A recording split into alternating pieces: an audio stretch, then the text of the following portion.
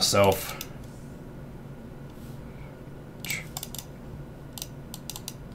Mr. Anderson. Perfect timing. Okay. Yo, what's up, dude? Hello? Is this a real Agent Smith? Oh, hey. Yeah, this is me. What's up? Oh, not much. How about you?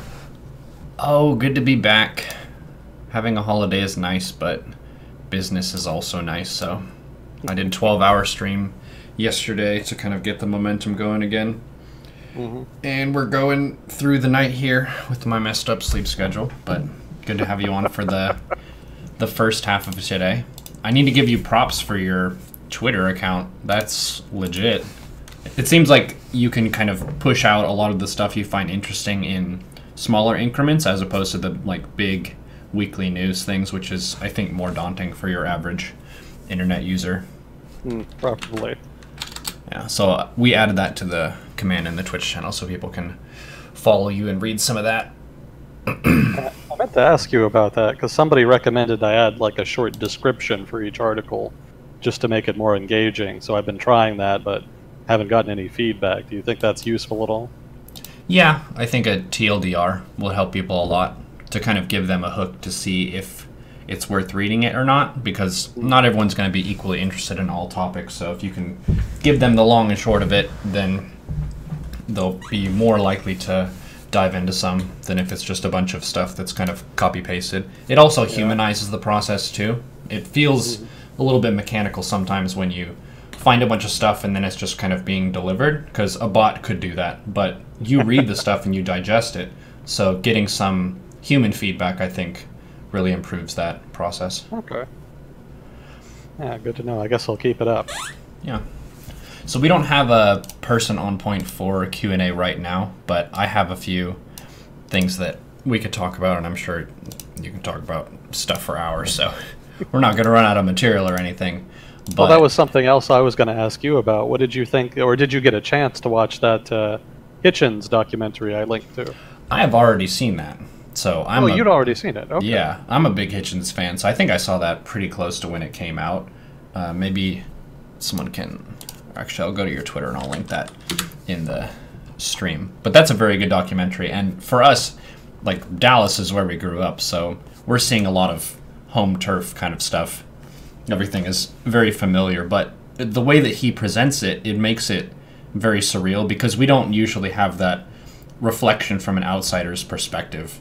The stuff with the Alamo is really surprising too, because it's really built up kind of almost like a pseudo-religious narrative, where these were the heroes who laid down their lives for freedom and principles and stuff. But if you think about the principles of the Alamo, it's an insurgency. You have a bunch of people who are squatting on Mexican land. This is under the purview of the Mexican government, and they're just defending this building with guns, which sounds ridiculous in a modern capacity. And Hitchens is talking about, yeah, well, Texans, they don't give a shit about that. It doesn't matter. It's about being Texan and doing whatever the fuck you want. Yeah, pretty much. Texas political culture is very bold and brash in that way. I think there's a... Oh, by the way, how's my sound? Is it coming through okay? Sound is good. Let me adjust you up a little bit. So I actually had a computer on fire problem. Yeah, I saw that. Yeah. Okay, there's the... I linked the tweet with the Hitchens documentary. But yeah, I had to redo all my windows and stuff, and everything is fine now, but I lost a lot of my settings, so stuff like your volume level in Discord was not transferred over because I had to reinstall everything, but I think it should be better now. I put you at 135%. Okay, but it's not warbly or weird or anything? No, it's consistent. It's good. Okay, good. Yeah. I've been trying to kind of keep track of that so I can match it with my settings, just to kind of keep an eye on things. I accidentally recorded one of the podcast episodes with the, what was it, the microphone acceleration ramped up to like the maximum setting. So I had a lot of trouble trying to edit it down into something that was listenable. Yeah. Have you looked into other microphones and stuff? Oh no, I don't have the money. Okay. Well, that's well outside my pay grade. Well, I have a Blue Yeti, and I think that's like 60 to 80, and it's, I think, the best bang for your buck microphone Blue Yeti? for, yeah, Blue Yeti. All right, I'll type that in and research it. Yeah, maybe we can crowdfund you one or something, but that's what a lot of streamers go for because it's really good quality for the dollar. You can obviously like be ridiculous and buy a multi-$1,000 studio microphone, but ain't nobody got time for that. I should say not. Yeah. But anyway, like I was about to say, I thought something that I thought was interesting about the Texas Revolution was that it was actually not an isolated revolution. It was actually part of a cascade of revolutions in Mexico that happened after Santa Anna basically seized power in Mexico and declared himself dictator, well, what was effectively dictator. And the revolutions in Mexico, including the Texas Revolution, were more of a response to that. And in that sense, we were not special. We were just one of several, and we just happened to be the only one that really succeeded. All of the others were summarily crushed by the Mexican army. Part of the advantage that Texas had is that it was so far away from the center of the country. It was kind of a frontier territory, and that made it kind of hard to get to. You know, it was more important for the Mexican authorities to deal with the revolutions in the immediate north and in the south of the country, rather than the gringo colony way up in the north that nobody really cared much about. Mm-hmm. So that's a scenario that I know very little about, the state of Mexico at that time, and maybe why these frontier people were squatting on Mexican land and choosing to defend it, because it's hyped up as like a defense where we were defending our land, where it was their land. And as you're saying, Santa Anna was a dictator, so it's likely that the government there had a lot of problems of its own. So if they're resisting him, you could probably like wrestle yourself into seeing an upside and some goodness to it. But when you break it down, it's a very mixed bag of, we were not just the good guys fighting the bad guys, even if that's how we learn about it in school. Oh yeah. Yeah, it's very much taught as a morality play in Texas education. We don't get a lot of the detail and nuance, which is unfortunate because the detail and nuance is one of the things that makes history most interesting and the most fun to research. You know, that's kind of what really gives it its depth. You know, the stories are much more interesting when you actually get into the details of the characters and the motivations and the institutions and all of that kind of thing. In the case of Texas, you know, I don't know how much you remember from back in the day, but the white settlers were originally invited to Texas by the Mexican government, and that was a contract basically that was given to a guy named, I think his name was Stephen Austin. Stephen Austin. Stephen Austin, yeah. And if you grow up in Texas, that's a familiar name because he's the quote-unquote father of Texas. And the Mexican authorities basically gave him a contract to bring a group of settlers into Texas in order to try to populate it, because Texas at that time had very little in the way of population. It was very depopulated. The only people there were a smattering of native peoples, and the Mexican authorities couldn't really get much out of them. They couldn't really tax them. It was not a revenue source for them. In fact, they probably spent more time fighting the natives in Texas. So it was important to the Mexican government to try to populate Texas, partly for that reason. They also wanted to try to populate it because they were, somewhat ironically, they were somewhat afraid that the United States might move in and take it from them, or that American settlers might arbitrarily move in and declare independence or some such. So they thought if they could manage settlement, if they could build up the population and maybe have like a mixed Anglo-Mexican population with these contracts from Anglo settlers, then they would be able to build up the population in a controlled manner and retain control of the province over the long term. That didn't work. Part of the problem was that you know, the Mexican authorities were not really that interested in managing Texas. You know, the Texas settlers would come and then they would just kind of do what they wanted. And that was a problem because once some American settlers came over, a lot more followed, and not all of them were legal. You know, the contracts that were given to Stephen Austin and other people were for limited numbers of people. It was supposed to be a controlled migration. But after the first wave, there were subsequent waves that were not condoned by the Mexican authorities. So there was some issue with illegal migration there in Texas. And the next big problem they faced was a political one, which is that basically the new government under Santa Anna that emerged was a nationalist government, which did not particularly like having Texas be populated mostly by gringos, and so there was a desire to crack down on immigration into Texas from the United States. That created a lot of tension. And something that kind of gets glossed over in the history is that Santa Anna and his new government wanted to ban slavery. And that was not a new debate. You know, there had been a debate about whether to ban slavery in Mexico for some years up to that point. But Santa Anna was the first guy to really do something about it. And that, of course, was very upsetting to a number of Texans who owned a fair number of slaves. And so slavery was actually also a contributing factor towards the Texas Revolution. So internal politics in Mexico also kind of revolved around not just settling Texas and the northern territories. There was also economic inequality. You know, Mexico is now, and has been for much of its history, been strained by the dominance of its political system by elites. Usually people who are, you know, basically white, people descended more from the Spanish conquistadors. They've always kind of had a stranglehold on political power in Mexico, and it's kind of waxed and wanes over the past 200 years, but for the most part, they still predominate. And that kind of strongman political culture that's not unique even to Mexico, that's something that's kind of widespread in Latin America. I think they're called caudillos. I may be getting that wrong, but strongman politics are very prominent in the political culture there. And so the political culture kind of lends itself to feuds and instability on that account. So it's easy for a very charismatic person like Santa Anna to kind of come in and get popular and declare that he is uniquely imbued to pursue the national interest and should be given greater power. I'm not a big Mexican history guy, so I can't go into much more detail than that, and even that much maybe have holes in it.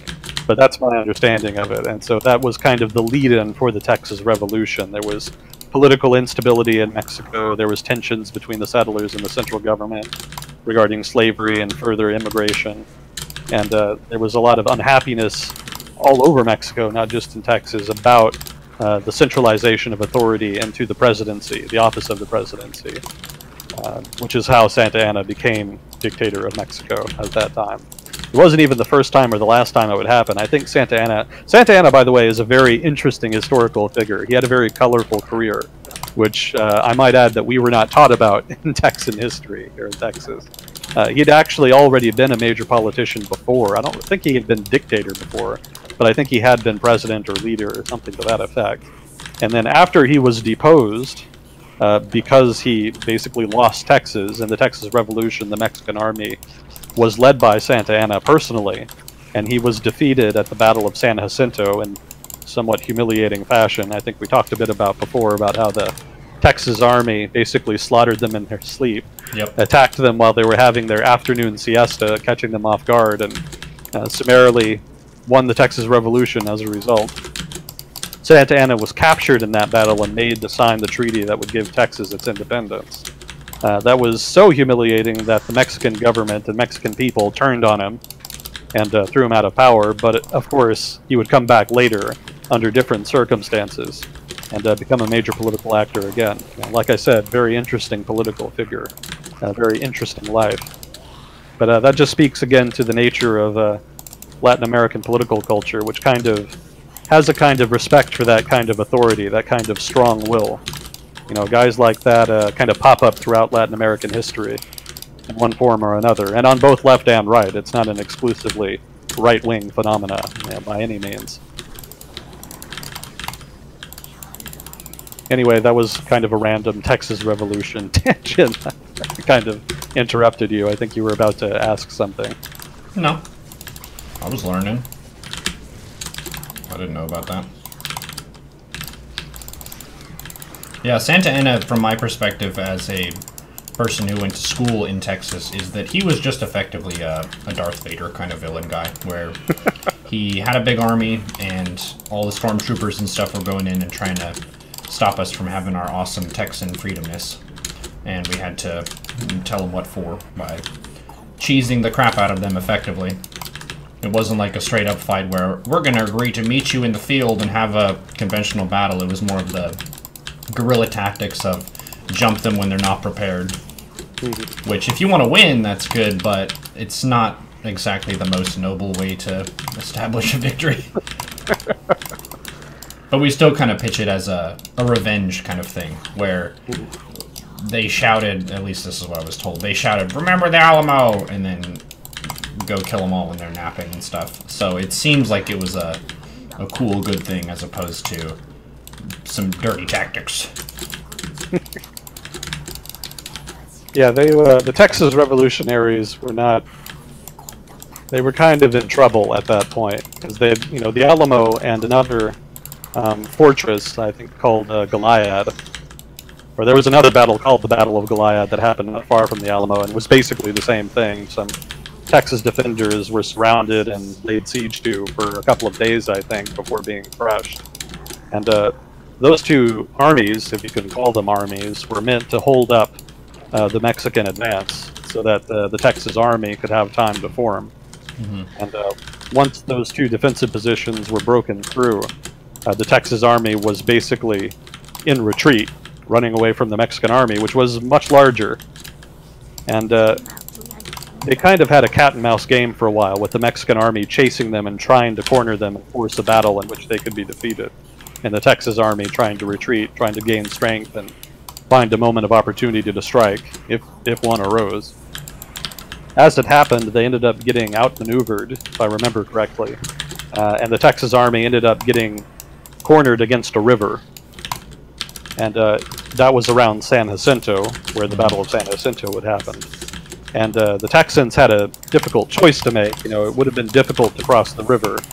The Mexican army would have noticed and it could have rushed them, and it's very hard to not take significant casualties if you're being attacked while you're trying to cross a river. On the other hand, a frontal assault didn't seem wise either, because the Mexican army was so much larger. And so the decision kind of had to be made, an executive decision, if you will, about whether to try to attack the much larger army or try to make a run for it and possibly be crushed. And Sam Houston, who was the leader of the army at that time, and for whom the city of Houston is named, same guy, he decided to try to make the attack. And I don't recall whether or not he purposely attacked during the siesta or if he just got lucky. But regardless, it was certainly a fortuitous turn that they were able to hit right then. And to me, it seems kind of culturally stubborn to take a siesta in a war zone. At least that's my impression. Well, if you're the heavy favorite, maybe you think you can hot dog a little bit. Maybe you don't think you have to really worry about it. We're the much bigger army. It was a conventional army too. It was the Mexican army. So there may have been a sense that, oh, these are just some, raggedy, poor rebels, some random farmers living on the frontier. We don't have anything to worry about. We can just clean them up at our leisure. And they had them cornered, too, so they probably figured, all right, well, we have them in a favorable position. They probably won't attack. We can probably just chase them down from here, and that'll be the end of the revolution. Yeah, always respect your opponent. Yep. Never get too comfortable. It's funny you mentioned that, though, because there is a kind of an ongoing question in Spain, and perhaps also in the rest of Latin America, rather, about the siesta, because the siesta is still an institution over there. It's still practiced in Spain. They have, I think it's like a 2-hour break, starting at noon, I want to say. 2 or 3 hours, in which they can kind of go home, they can eat, and they can take a nap. It's just kind of a break in the middle of the day. And then they'll go back to work and keep working until like 8 o'clock at night. And that's a normal day. You just have this big intermission right in the middle of the day. And that's a little bit inconvenient for some Spanish businesses. Because, of course, if you're a Spanish business, but you do a lot of business with companies outside of Spain, it doesn't necessarily help you to have to kind of shut down in the middle of the business day so that your workers can go on siesta. And I think there is some legal cover for the siesta. I think the state does kind of, if not mandate it, does kind of allow it. So you can't necessarily, as a business owner, say, okay, you guys can't do the siesta. It's not really conducive to our business model. So there has been some talk on the part of the business community in Spain, and again, perhaps also in Latin America, about kind of homogenizing the system with the rest of Europe, if not the rest of the world, so that it isn't quite so disruptive to international trade. Yeah. So, of course, a lot of people don't like that. Yeah. A lot of people are very resistant to that, because that kind of ties into the homogenization of globalization and the argument around that. You know, people want to protect their native culture, they want to protect their traditional way of life, and they see this as an example of their traditional way of life being threatened by international business, globalization, the left, quote unquote, you know, whatever you like. And as a result, it's a source of tension. The business community, of course, wants it, so sort of in general, the right wing is more for the reform. But there's also a lot of resistance among that nationalist populist wing of the political right in Spain. Yeah, it's interesting to see that kind of point of confusion where usually the right is trying to maintain traditions, whereas this is a tradition that impacts your like capitalist sense of we're trying to maximize our economy. So they're, like you're saying, it's kind of split between the populist right and the capitalist right. Mm-hmm. France, from when I was there, has a similar sort of vibe. They don't have what is an official siesta, but the norms for how long they take a lunch break is way longer than the US. In the US, it feels like you scarf down your food as fast as possible so you can get back to work. Whereas in France, it's like, take a 2-hour lunch, take your time, talk about stuff while you're having your lunch. And that's what most people do, as opposed to the rush it down and get back to it kind of attitude. So it ends up kind of being similar to a siesta in that it impacts the economy during that period of time, and a lot of people who want to max min their business and experience are not happy with it, but it is a very French thing to do, just to have very long, slow meals. And if you think about the way that things are trending toward the future, as we have more and more automation and we have less need for human labor for 8+ hours a day, it's possible that that kind of tradition could be very widespread in the future for other countries as well.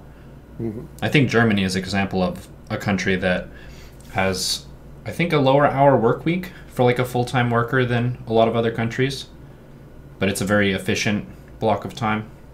I'm not super learned about Well, it's interesting you mentioned that, because that was actually something in the news over the past couple of weeks. There was a big protest amongst labor unions in Germany arguing for, if I remember correctly, arguing for flexible hours. And that was kind of, I mean, to kind of give the genesis of that, in the 90s, the German economy was not particularly healthy. It was suffering from kind of stagnant productivity. Its exports were not doing as well. There were a lot of problems with too many benefits, bureaucracy. The cost of labor, basically, in short, was too high. And businesses were complaining about it a lot, but the government didn't really want to do anything. So what happened was, eventually, in I think 2000 or 2001 or so, the German government, which was then led by, I want to say, Gerhard Schroeder, I think, negotiated with German labor and German capital an agreement by which German workers would be retained. Well, start from the beginning. German businesses would be given more flexibility and the cost of labor would go down so that those businesses could be more productive and competitive. In exchange for that, they would agree not to lay off a whole bunch of workers, which is what labor was afraid of. And in order to make that work, what they did is they had an agreement by which hours would be cut. So basically the same number of workers would be kept, but their hours would be cut, such that they would be making less money. And that was kind of a compromise that was acceptable by both sides, and that basically worked. The German economy did very well after that.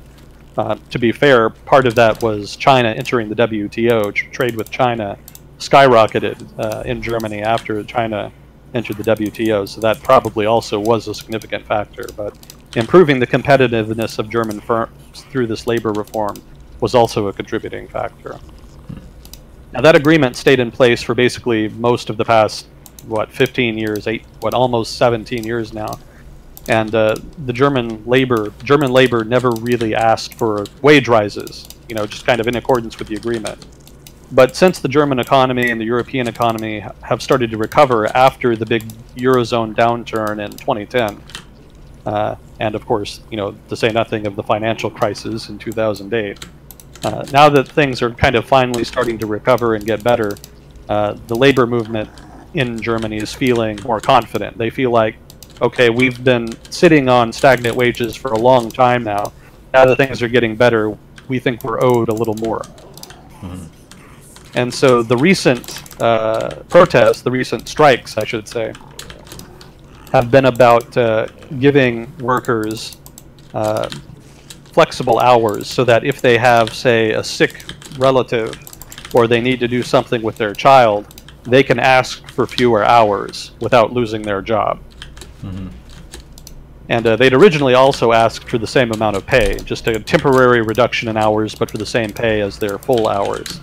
But the capital, basically management, was not willing to accept that. And so management eventually agreed to temporary reductions in hours for, again, things like sick family members or just whatever contingency a worker may have. In exchange, they got in return the right to give more hours to people who were willing to take more hours, which the labor union had previously forbid. Mm-hmm. So, a nice compromise. Everybody gets something of what they want, but not everything. That's kind of the name of the game.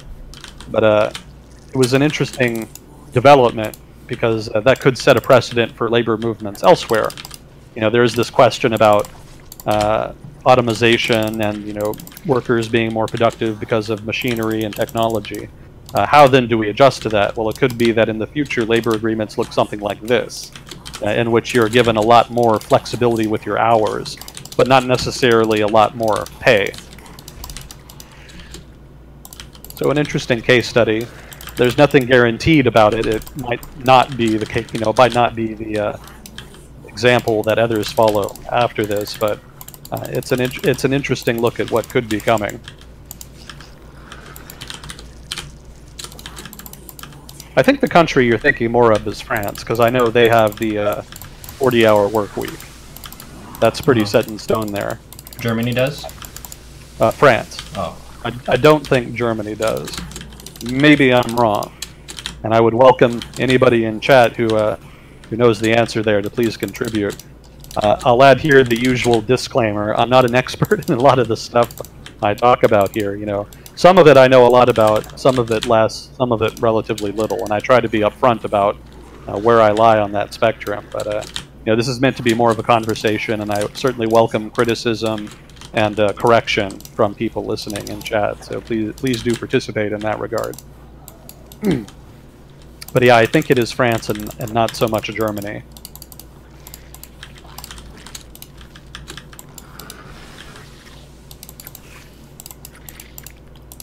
So there was a documentary, I don't know if I sent it to you or mentioned it to you, of a Nazi rally in Madison Square Garden in the 1930s.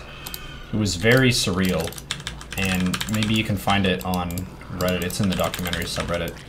But they had, kind of in the usual fashion, a big parade with like the banners and everything like you would see with the German Nazi rallies, and a huge like portrait banner thing of George Washington with like a glow around him. It felt very North Korea kind of thing with Kim Il-sung, where he's the father of the nation and stuff, which I think your average American, they're aware of George Washington, cherry tree, stuff like that, but he's not really someone who's worshipped as a hero that much, but they created the imagery of that. And it's strange to think that, like you've been talking about before, fascism can be a seductive ideology, and people can fall prey to it, and it kind of pushes some reliable buttons for a lot of people, where it's cool to have heroes and believe in people who like established your country and that kind of thing and hype them up and stuff, but like we were talking about with the history of the founding of Texas, it's a very mixed bag, and it's not all a bunch of good people who were founding a nation or a state or whatever. It's very complex what's been going on. I think we just got hosted by... I don't have my stream labels open. Is it Cat? Thank you for the host, fam. We're in the middle of a world discussion. There aren't really any bounds about what we can talk about, but generally we try to focus on my friend's area of expertise, which is foreign policy, economics, world history, that kind of thing.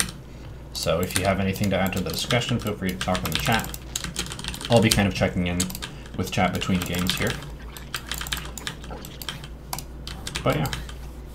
What was the name again? The name of the documentary? Yeah. Something like A Night in the Garden or something or other. I don't remember exactly. Gotcha. Yeah, I think if you go to the documentary subreddit and sort by top of the week in Reddit, yeah, you'll see it. Yeah, that was very, very strange to see.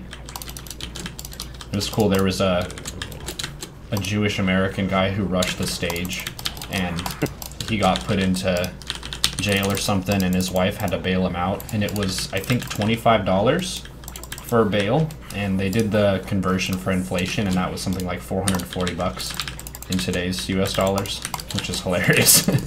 Yeah. Inflation, wow. Yeah. Well, it sneaks up on you. Mm-hmm. Yeah, that, talking about parades, it reminds me about the, did you see the thing in the news about Trump wanting a military parade? Yes, I did. Yeah, that's very bizarre here in the United States. Because I know that in France they have one. It was the, I think it was the Bastille Day parades that kind of inspired President Trump want basically his own, to have an American equivalent. But it's not really something that's done here in the United States. It's really more something associated with authoritarian regimes. Yeah. Well, the thing that I was reading in the comments about that was France's parade, I think, was specifically in reference to them and their success in World War I. So it was based on celebrating something that happened in military or paying respects to something that happened in the military, as opposed to this one. It's like, what did Trump do, like militarily speaking, that is an achievement that is being celebrated? Yeah. Yeah, that is more the American tradition, to celebrate actual achievements, like the end of a war or what have you. That is more the norm, rather than just kind of a regular yearly May Day-style parade, something like what the Soviets used to do. Yeah, I might add that it's also kind of... it goes against the grain in terms of American political culture, because historically, the United States has had a strong aversion to maintaining a large standing army. And, I know that sounds strange now, because obviously we have a very large standing army.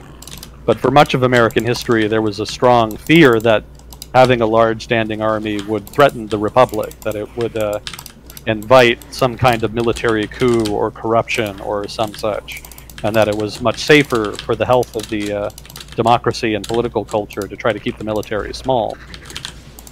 And so there's always been more of an emphasis on civic institutions and civic culture rather than military institutions and military culture.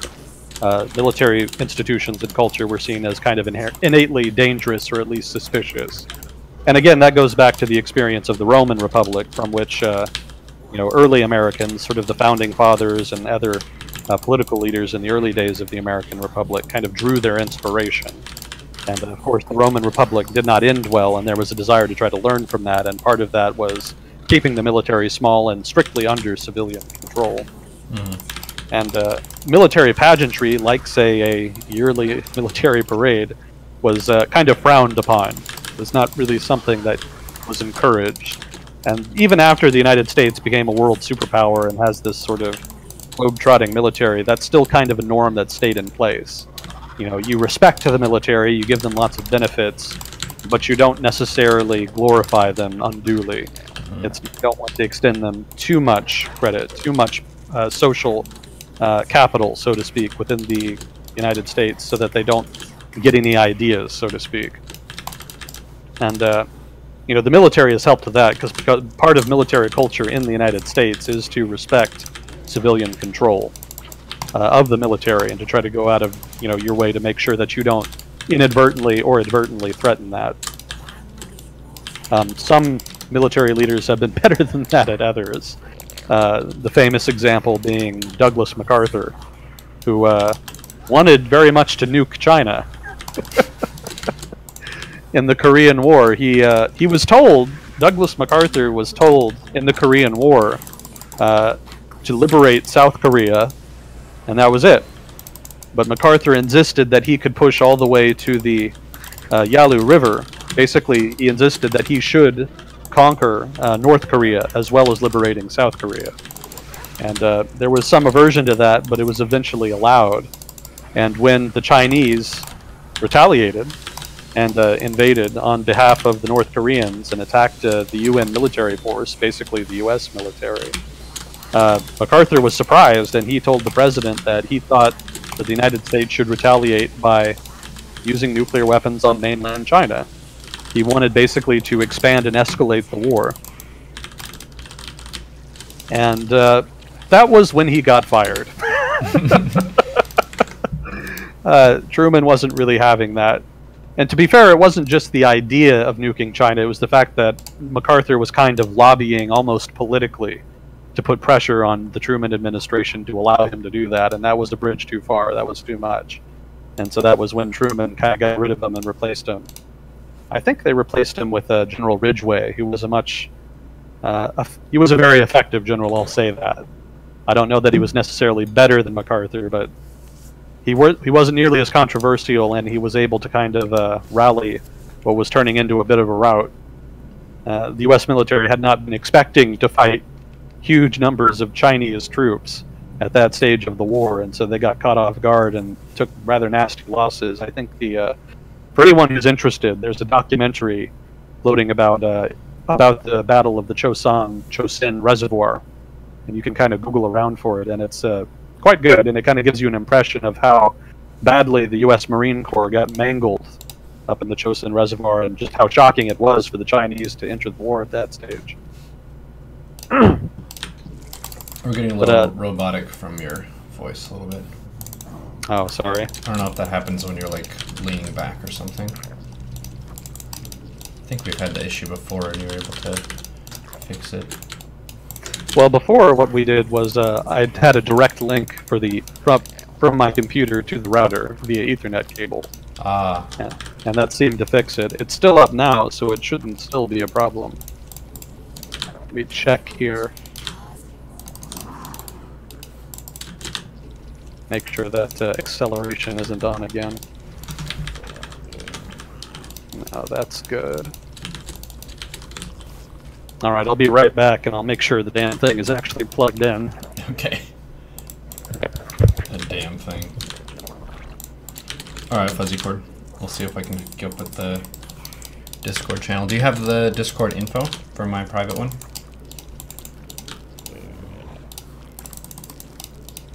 Oh yeah. What's up, Cats fam? Thank you for the host.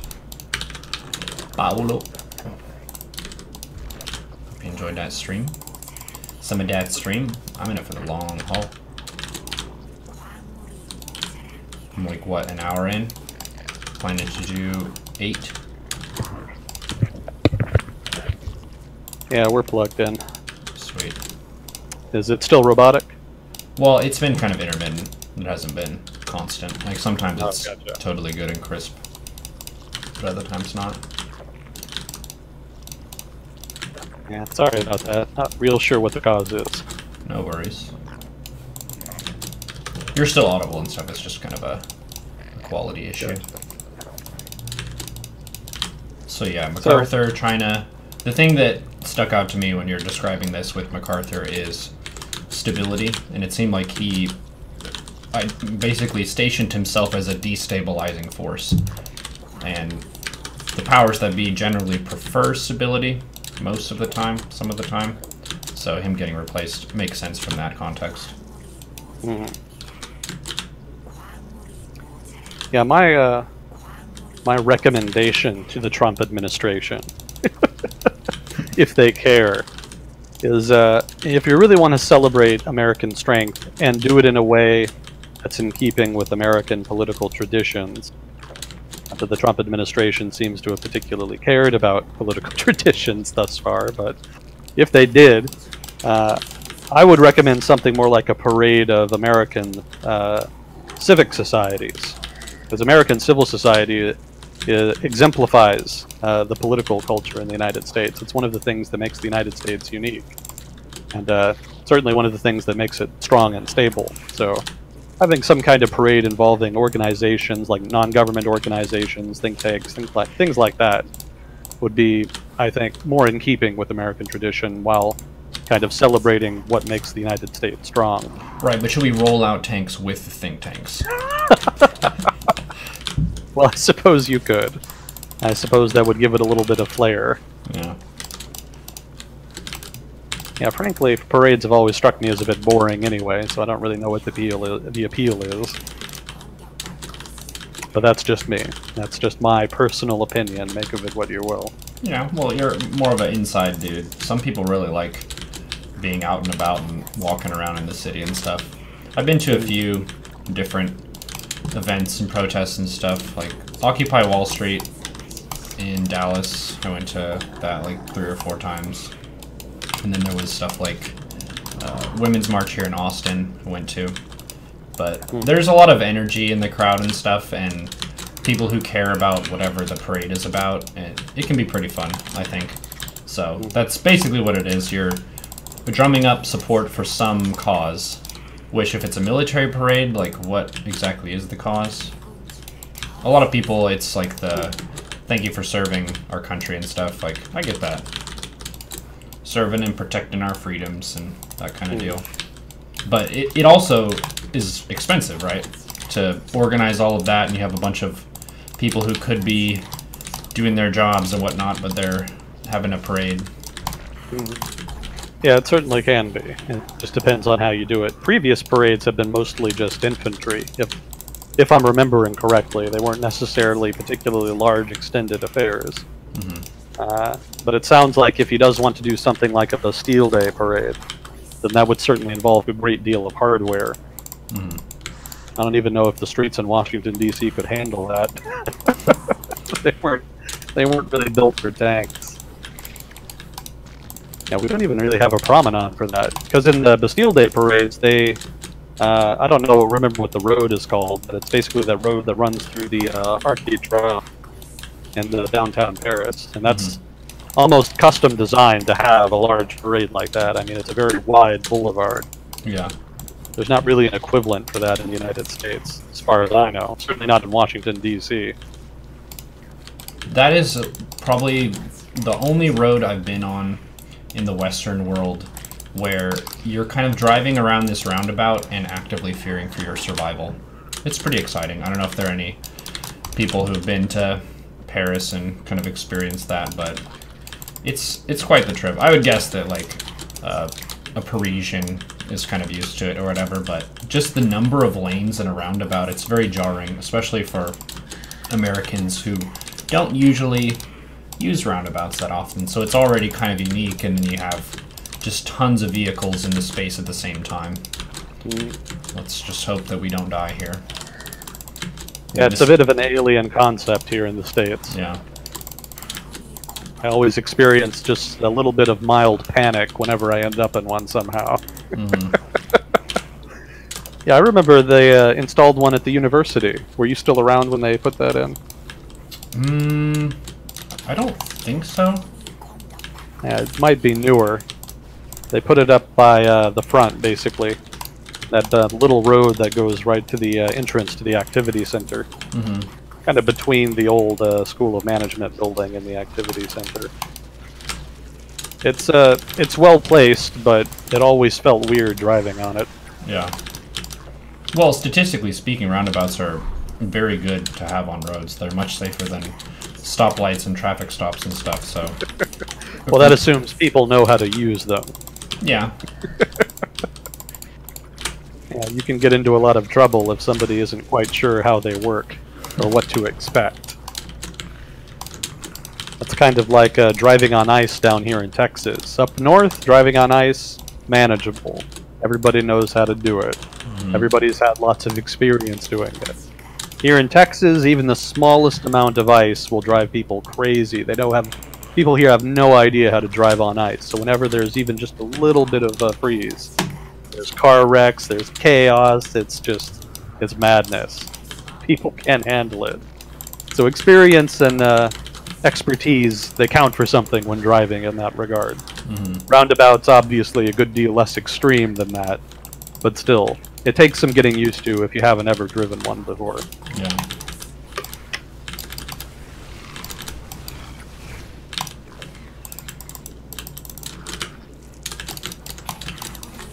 I think we have Whisker Ant here. Nice. Whisker, are you good to handle on questions? Fuzzycord volunteered to do it, but you showed up.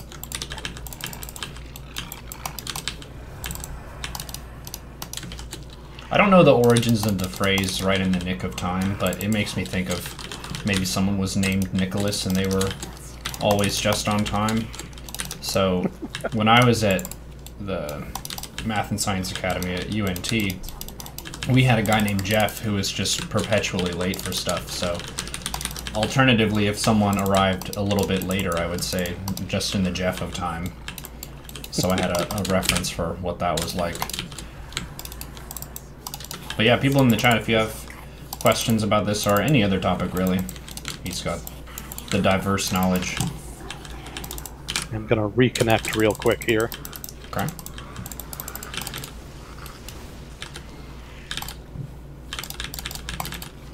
Is that making any difference at all? Well, it sounds good for the moment. You're coming through a little robotic on my end, too, so... Uh-oh. Something's up with the connection, I guess. Well, did you notice the what was it? The Israeli airstrikes in Syria? I saw the headline that you posted on Twitter, but I didn't investigate it.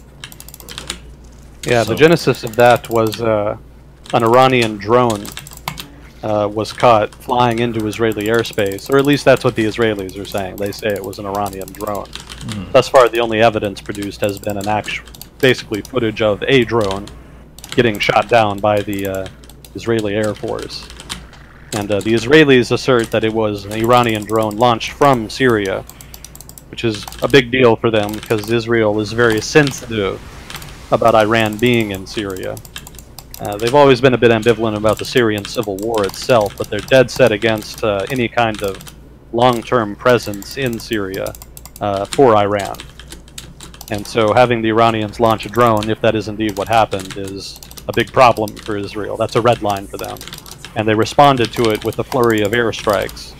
And one of them, an Israeli F-16, was shot down. And I don't know if they responded to that with a second volley of airstrikes, another set of sorties, or if they already had planned a second set of sorties. But the airstrikes continued into the next day after that.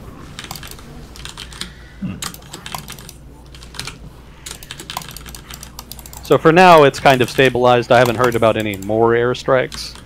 But it's a pretty strong signal from Israel there that they're going to take a hard line on Iran and Syria, certainly with regard to Israeli airspace.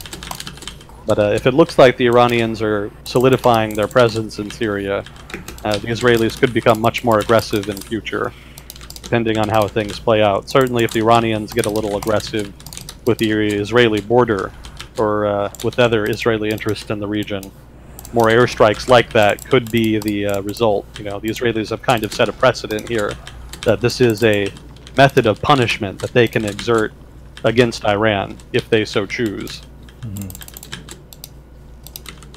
The Syrian government, of course, protested, but not a lot they can do about it. I kind of wonder if the second day of airstrikes wasn't just meant as a signal to assert that the Israelis would not be deterred by Syrian air defenses. If they had launched the first set of airstrikes and lost an aircraft and then not followed it up, that could have sent a signal that perhaps they would be more conserved. They might have been deterred from future airstrikes by having lost an aircraft. or might be less likely to do airstrikes in future because they lost an aircraft. In that way, having another day of airstrikes kind of sends the signal that, no, we're not going to be deterred by your surface-to-air missile system. We're going to continue taking this course of action as we have in the past. So some forceful Israeli diplomacy, if indeed there is any other kind, in the Middle East there. Yeah, well, one of the things that you can kind of consider with their position in the region is they, from what I understand, have a lot of force that they can project, so it's kind of the question of, do we want to project it? If so, where? Yeah, generally they're pretty careful about it. They don't just do it willy-nilly. They generally respond to particular things that they have made clear in the past are red lines, things like transferring weapons through Syria to Hezbollah. There's been a number of Israeli airstrikes over the past few years on that count, hitting those shipments. Chemical weapons development, especially if they think it's going to end up getting transferred somewhere, that developing a nuclear weapon is a big no-no. Generally, the Israelis have taken point on that. They hit, in the 1980s, Iraq's nuclear weapons program in a set of airstrikes. They also hit Syria for the same reason, I think in the 1990s. And I remember another Israeli airstrike during the Iraq War, targeting a Syrian installation, which I think they said was a chemical weapons facility. I don't quite remember what the justification was. A lot of the times the Israelis will just launch airstrikes and then never explain them. That's also very common. They'll just have no comment. Everybody knows it was an Israeli airstrike, but they just won't say anything about it, so everybody's just left to speculate.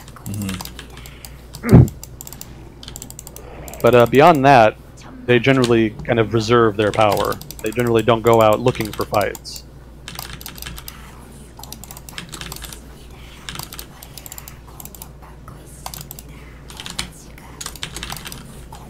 We got our first question.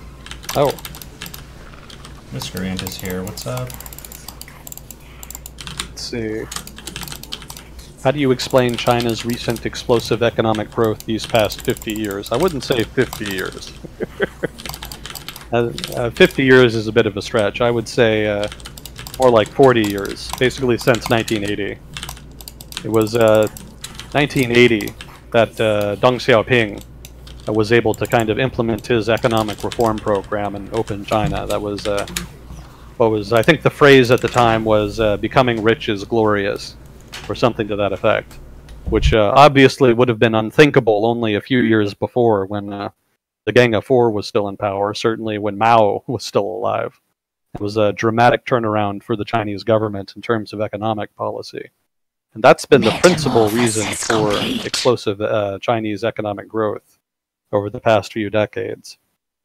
It's been a gradual process. It was not like a binary thing, going from a command economy to a free market economy. They just slowly kind of rolled out reforms over time that have accumulated since then into what is more or less a free market economy. Probably more on the less end, but still technically a free market economy. Yeah, if I remember correctly, it originally started, I don't think they even originally allowed private enterprise. I think the original set of reforms in the early 80s, maybe through the entire 80s, was just allowing communities, localities basically, to start businesses, but not necessarily individuals. So your town or your county or what have you could pool resources and start a business, but individuals within the town or what have you were still forbidden from doing so. Again, I could be wrong on that, but that's just what I'm remembering. The other thing they did in the 80s was the special economic zones. And those were the zones like in Shenzhen that they opened up to international trade. And those were kind of the real big drivers that kind of focused economic growth in those particular areas. And I think in those areas maybe you could start an individual enterprise. Don't quote me on that, though. But I think the rules were much more lax there in the special economic zones. Certainly as far as import and export, but also in terms, I think, of who could own the business. And I think the principle, it was not like they were completely open to investment either. The 1980s era saw most of the foreign investment coming into China coming from Chinese overseas. It came from Taiwan, Hong Kong, Singapore, etc. Can I get one holy shit break? We just got 1,000 beers and a host. Oh, sure. So what's up? What's up, Pig Fam and the Pig Pan and the Pig himself? Thank you very much for the big host. Hope you had an awesome stream. We're doing world discussion. I think you've hosted me while we've been doing this before. So this is a real friend, a real person who's in Discord with me. And we're talking about current events around the world. So if you follow world news or you want to learn something about world history or economics, foreign policy, that kind of thing, that's what we're talking about. I'm still playing some Zerg games, playing the bugs. So if you have questions, you can just ask in the chat, and Whiskery is here to pass those along, and you can join in the fun of discussing stuff. So thanks for being here. Hope you enjoyed the streams.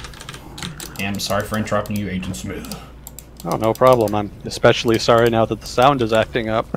Well, it's been sounding good just now, so. Okay. But, yeah, most of the investment coming into China during the 80s as part of that reform period came from Chinese overseas, like Chinese living in Taiwan, Hong Kong, Singapore, etc. It was not really quite opened up to the wider world, to the wider investment market, such as it was at the time. And it was kind of only in the 90s that started to change. It was in the 90s that the government started allowing free enterprise, privately owned businesses, that they started allowing the privatization of the housing market, for example. Before the mid-late 90s, I think, the housing market was still owned and operated almost exclusively by the state. Housing was basically still assigned up until then.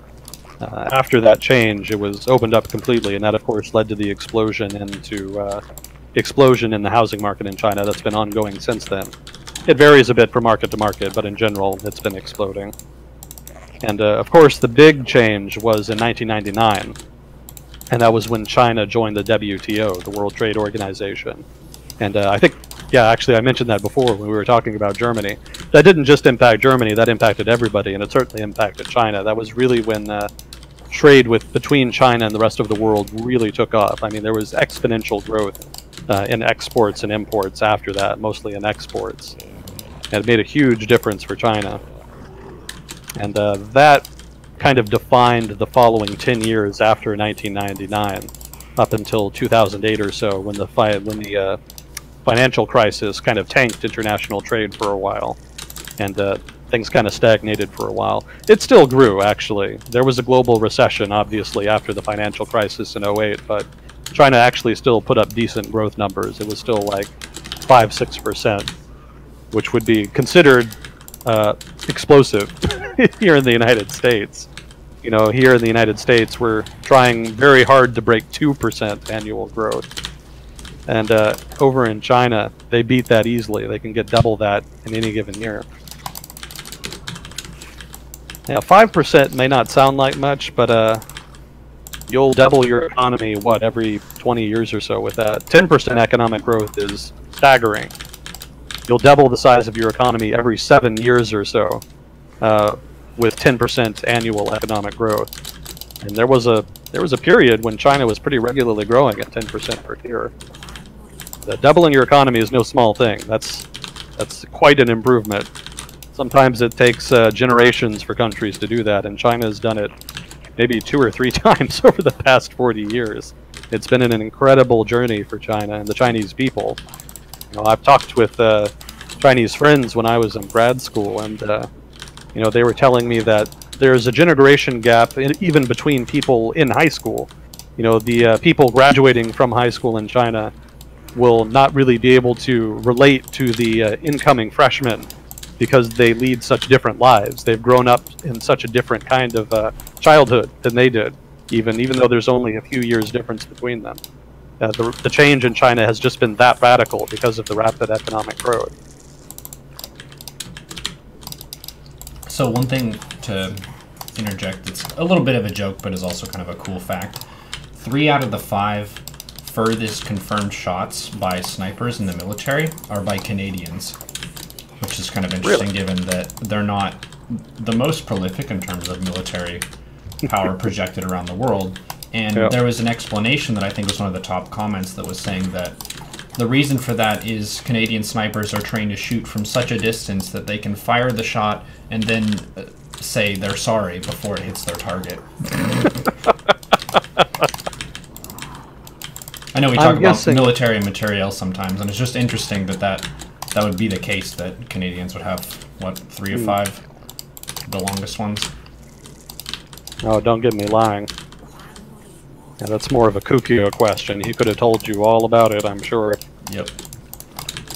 Big fan of that material. I'm guessing that was mostly in Afghanistan, because I don't think the Canadian Armed Forces have been involved in any other conflict since, other than Afghanistan. I don't think they've really been involved much, since Korea. I know they've been in some peacekeeping operations. I think they were in Bosnia. But I can't really think off the top of my head of any actual wars they've been in other than Afghanistan. I would encourage anybody who knows better to post in chat. Please do participate. Sometimes I say stupid shit, so please do correct or give feedback or critique or whatever you like. That's certainly most welcome here. I don't fancy myself any kind of lecturer or expert in a lot of this stuff, so I do welcome input on the part of people listening. But I think that is the case. It would probably be Afghanistan. I've certainly had plenty of time. It's only been, what, 16 years now? Anyway, I hope I answered the question from about China to the satisfaction of, I can't pronounce that name, Jixtra. Well, however you pronounce it. If you want some more elaboration, if that doesn't quite get to the gist of what you wanted me to get into, please feel free to elaborate the question, and I'm happy to return to it. What was the significance of the SpaceX rocket launch? Ooh, that's getting into technology a bit. That's I imagine the significance would be more technological than political or economic. It might be that it could establish. I'm not even sure what you would call the industry, but whatever the industry is that launches satellites into space, if that can be done and more cost efficiently, especially with larger loads, because I understand the recent SpaceX launch. What is it? The Heavy Falcon, I believe it was called. My understanding is that the new thing about that is that it's a uniquely large rocket that can launch very heavy loads into space relatively cheaply. So that would be a big leap forward in terms of space, well, not just space exploration, but the commercialization of space. It kind of, well, to use an old phrase, it kind of democratizes the market, so to speak. Because previously, it's been inordinately expensive to launch objects of whatever sort into space. Obviously, there are some exceptions, but in general, that's been the case. So if the Falcon Heavy can kind of ameliorate that and expand that market to more people, give more people access to that market, rather, that could certainly have large ramifications for certain markets. Alas, I don't know exactly what markets because I'm not that familiar with the topic, but off the top of my head, I would imagine that there is potentially significant impacts if certain industries can more cheaply send up equipment, satellites, what have you, into space. Certainly industries that previously might have benefited from some kind of satellite in space, but couldn't really afford one at all, perhaps now could afford one, and that could introduce new efficiencies to their to their production that filters down into wider society somehow. That's very much an ambiguous economist's answer, and that's probably not what you wanted, so I apologize. But again, not quite my topic. That's kind of the best I can do, being unfamiliar with it. Well, in the kind of cultural sense, and just the way the world has progressed, the space race has gone from being basically the Cold War rivals trying to beat each other to the moon, to now it's billionaires, people with a bunch of economy who can fund these huge projects that don't really help a country in particular in the short term, but they're big stunts that get a lot of attention that kind of develop that interest moving forward, which is kind of an interesting transition. Yeah, well, I mean, that's a good point. The idea of the private sector launching satellites into space, I mean, the idea that space exploration and space commercialization would be done by the private sector at all, That in and of itself is revolutionary. It's not particularly new. It's been going on for, what, 10 years now? Probably more than 10 years. But, again, I mean, certainly for me anyway, as somebody who's familiar with it, it still seems incredible that the private sector is doing that. Because before, that was exclusively the realm of states. It used to be that only states, and relatively wealthy states at that, could afford large space programs that could launch equipment into space. The Russian space program, the U.S. space program, NASA, the European space program, etc. It used to be that, if they didn't do it, then nobody would do it. But now the technology has improved such that it is possible for the private sector to kind of not only participate, not only do it, but do it in a way that's profitable, which is pretty amazing. And that in and of itself has kind of, again, democratized the market and expanded the industry.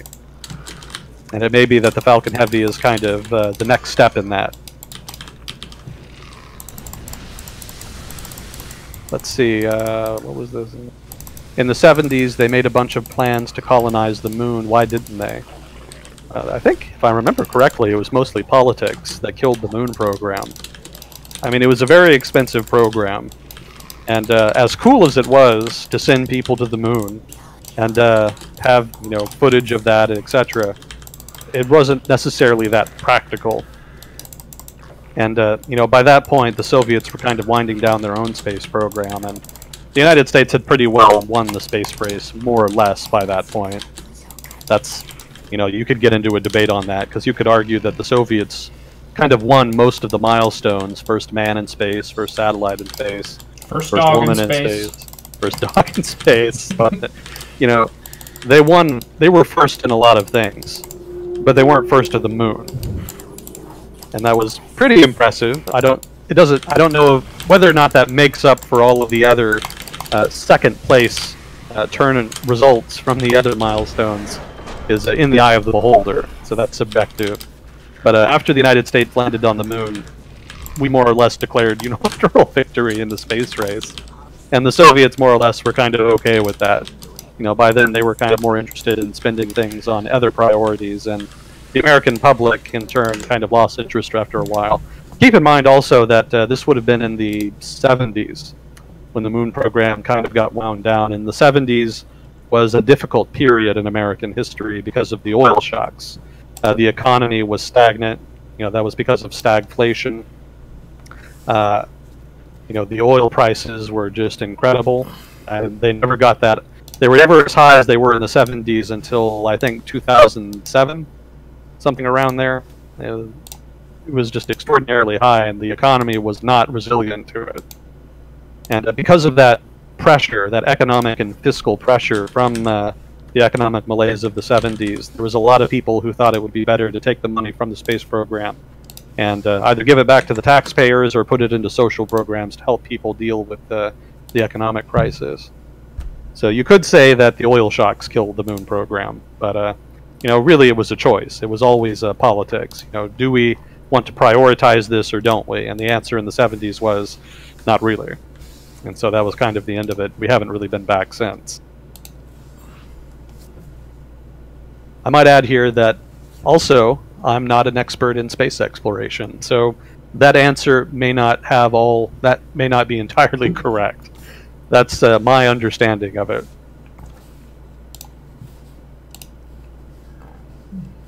Let's see. Is what happened in Venezuela an accurate portrayal of the failures of socialism? Kind of. Failures of socialism is kind of a subjective thing in and of itself. Because there are some things that people consider failures of socialism that other people consider successes of socialism. So I'm not going to get into a whole philosophical debate about the merits and detriments of socialism. But in Venezuela's case, the problem is more one of price caps. The Venezuelan government, for one, badly mismanaged its oil revenue. I mean, and I live in Texas, which used to be inordinately dependent on revenue from oil and the oil industry. So, we're kind of familiar with this problem here.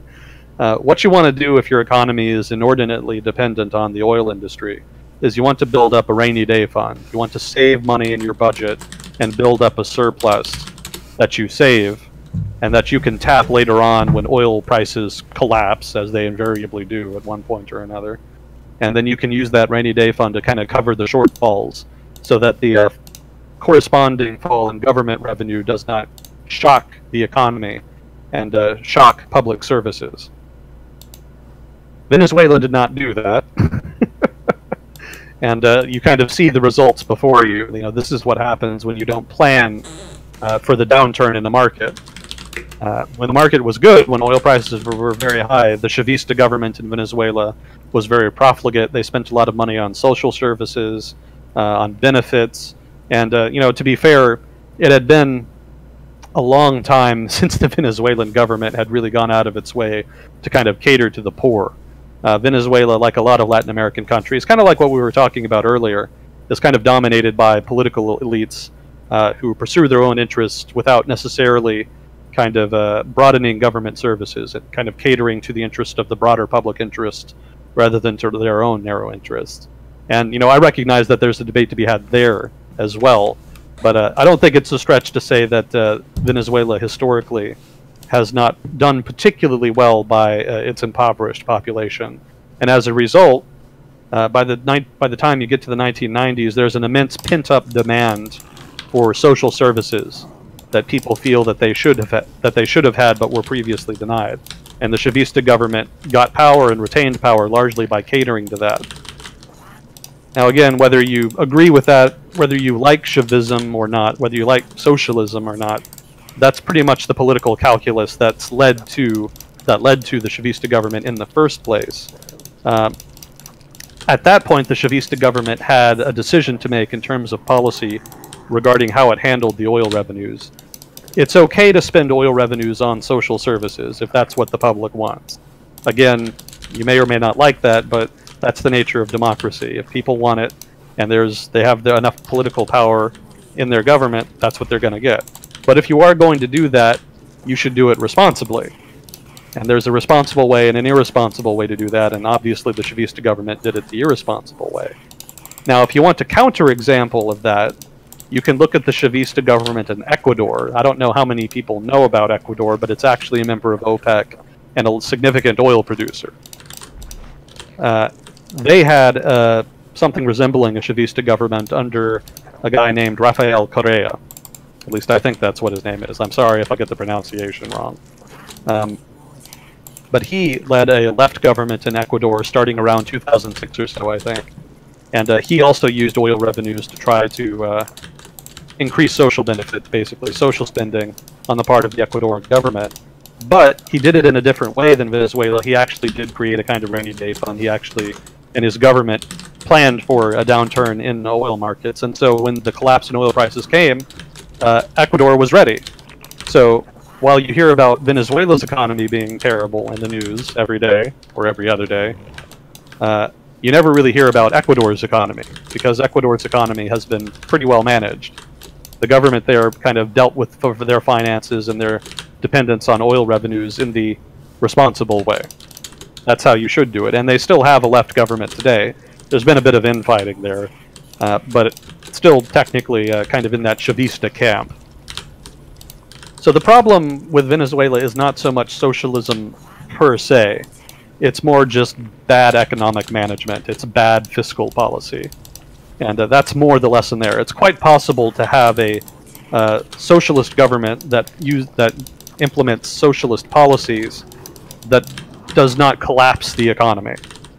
You know, if you're smart about it, you can kind of have some of your cake and eat some of it too. But if you try to unbalance things, if you try to overreach, then you destabilize the economy and it collapses. So that's the big problem for Venezuela, mismanaging oil revenues. Now the other thing, the thing that I mentioned, the first thing I mentioned actually, was price caps. So one of the things that the Venezuelan government did, I should say the Chavista government, is implement price caps on a number of goods, especially food. Now, if you're poor, the idea of a price cap on food or some other goods is appealing, especially if it's traditionally been relatively expensive, or if it's been affordable but is now cheaper after the price caps. The problem with price caps is that it mitigates, if not eliminates, the incentive for people to produce that good because they're not getting as much profit for it. And that was a big problem with food because what happened is after the price caps were implemented on food products in Venezuela, a lot of food producers, farmers, what have you, curtailed their production significantly. And as a result, Venezuela ended up importing a significantly higher proportion of its food needs than it had previously. Now, this was done when oil prices were high, so at that time, it didn't matter. The Venezuelan currency still had a lot of value because they were still exporting a lot of valuable oil, and so they could easily afford to import a lot of food. But when oil prices collapsed, the value of the Venezuelan currency went with it, and at that point, importing food became inordinately expensive. And that's what really caused the food problems. That's what's kind of caused the food shortages. Because when importing food became impractical, Venezuelan consumers turned to Venezuelan producers to produce that food, but they found that there really weren't very many producers left. A lot of people had left the market because of the price cap. And as a result, we have the problem that Venezuela has now, which is the massive shortages of food and also medicine and other critical goods. And in turn, if you sell such things on the Colombian border, you can make a small fortune because you can buy goods that are disproportionately cheap, prices that are priced with the price cap in Venezuela, that are basically priced under market value. You can buy them for cheap there and then take them across the border to Colombia and sell them at market price and get a profit. And you can get a pretty good profit doing that, and there's been a lot of smuggling on account of that. Now, the Venezuelan government insists that's economic sabotage. It's a plot by their political opponents to undermine the economy.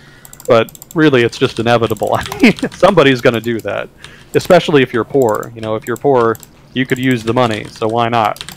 So ironically, it's probably the same kind of people who support the Chavistas who are also pushing that smuggling operation that's undermining even further or exacerbating even further the food shortages. It's something that was totally predictable.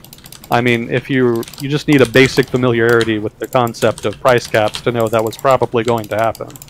And again, it's not that you can't do price caps, it's that if you're going to do it, you should plan around what's going to happen. You should expect that kind of repercussion, and you should implement some kind of policy to ameliorate it in some way.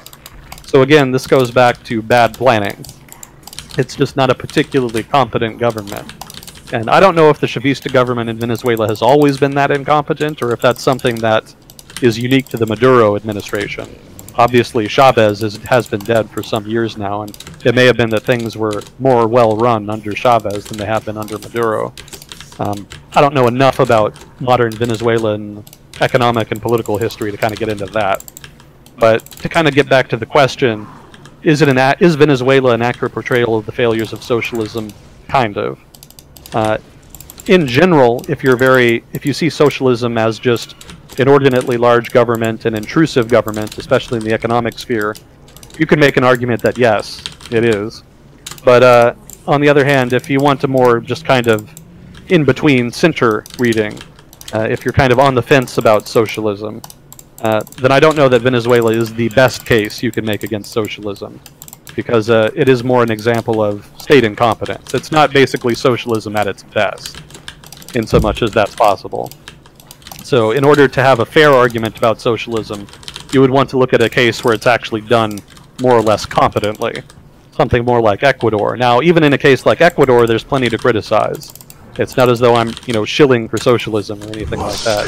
But for the debate to be a fair and balanced debate, that's probably where it would go.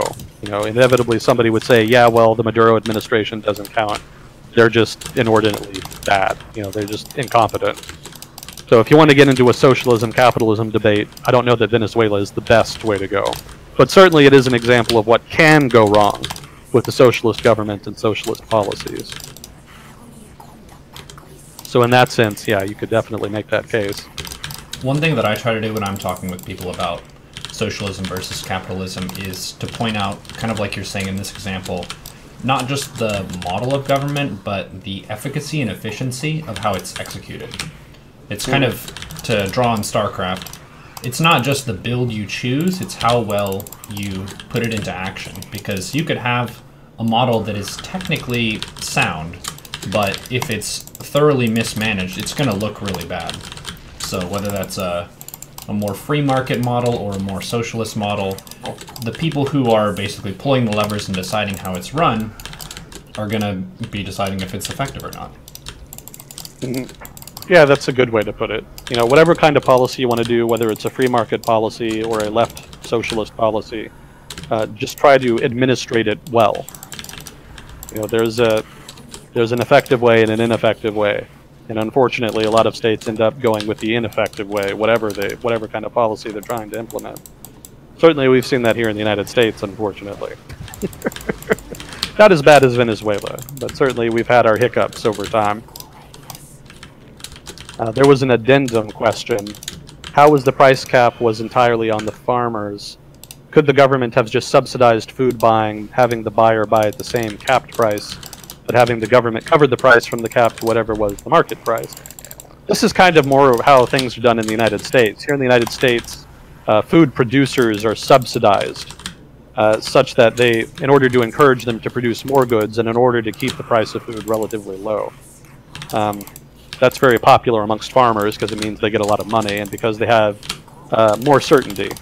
That's kind of how it's justified here. Normally the United States is a very free market oriented economy and political culture, but in the case of farmers, we have this bit of state intervention that's meant to kind of smooth out the income of farmers because, you know, the weather being what it is, income for farmers can fluctuate wildly and unpredictably, and that can be very hard on them.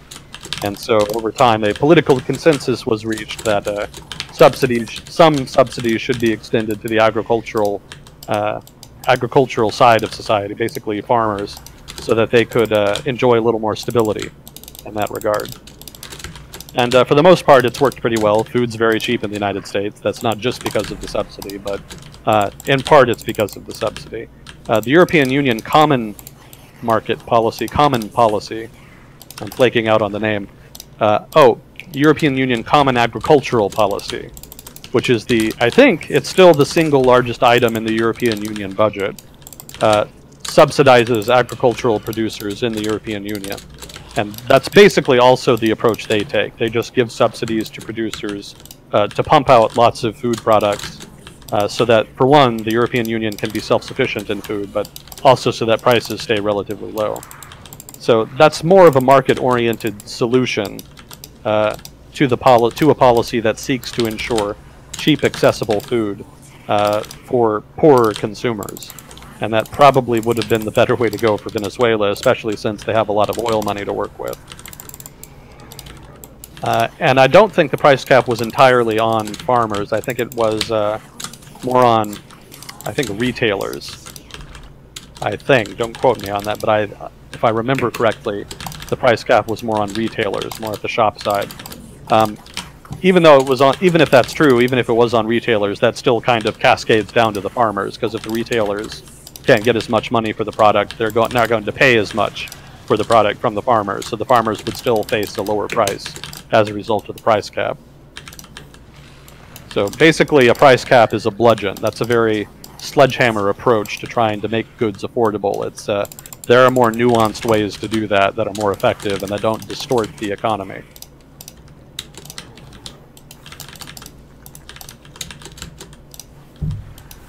So let's see. How deeply affecting was the recession of 2008? That's a broad question. How deeply affecting? Well, for a couple of years, it was very deeply affecting.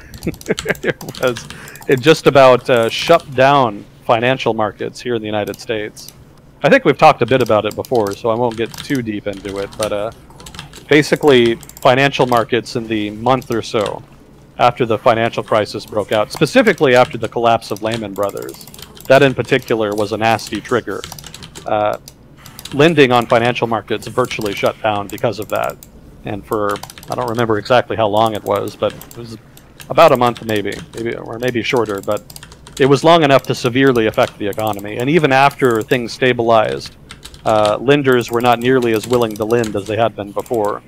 And that slowed down the movement of capital through the economy significantly.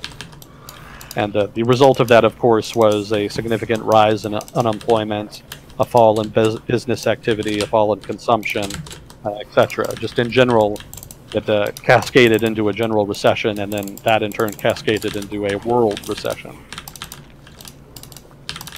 We're kind of living in the wake of that event. That is kind of one of the seminal events of the modern era, because that very much upset what had been an upward trend. You know, up to that point, the economy had been growing a lot, not just the U.S. economy, but also the world economy, and that really smoothed a lot of rough edges.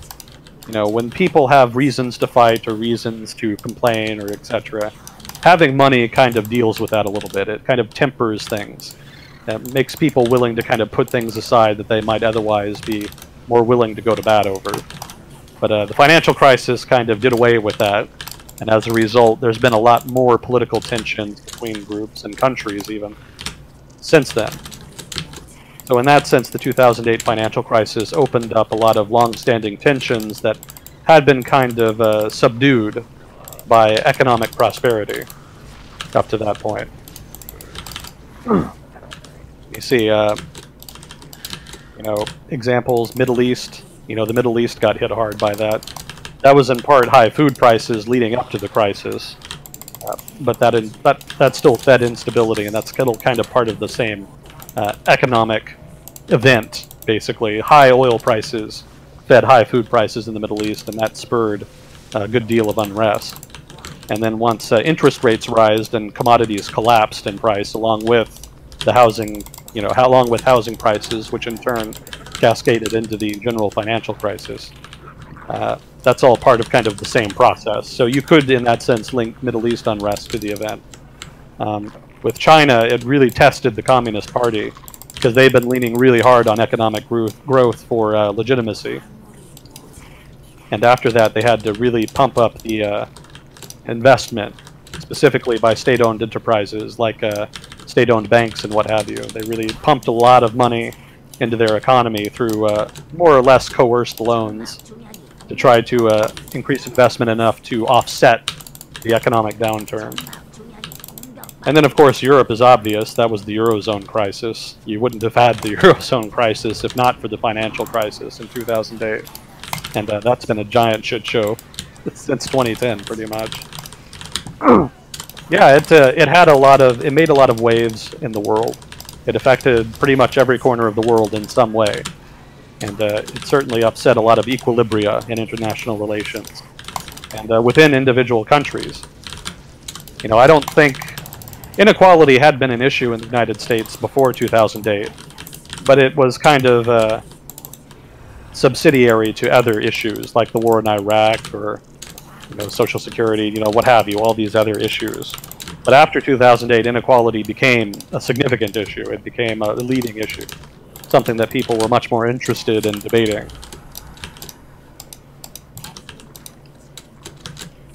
Yeah, we can get into specific details if you want, but I would kind of leave it at that for now.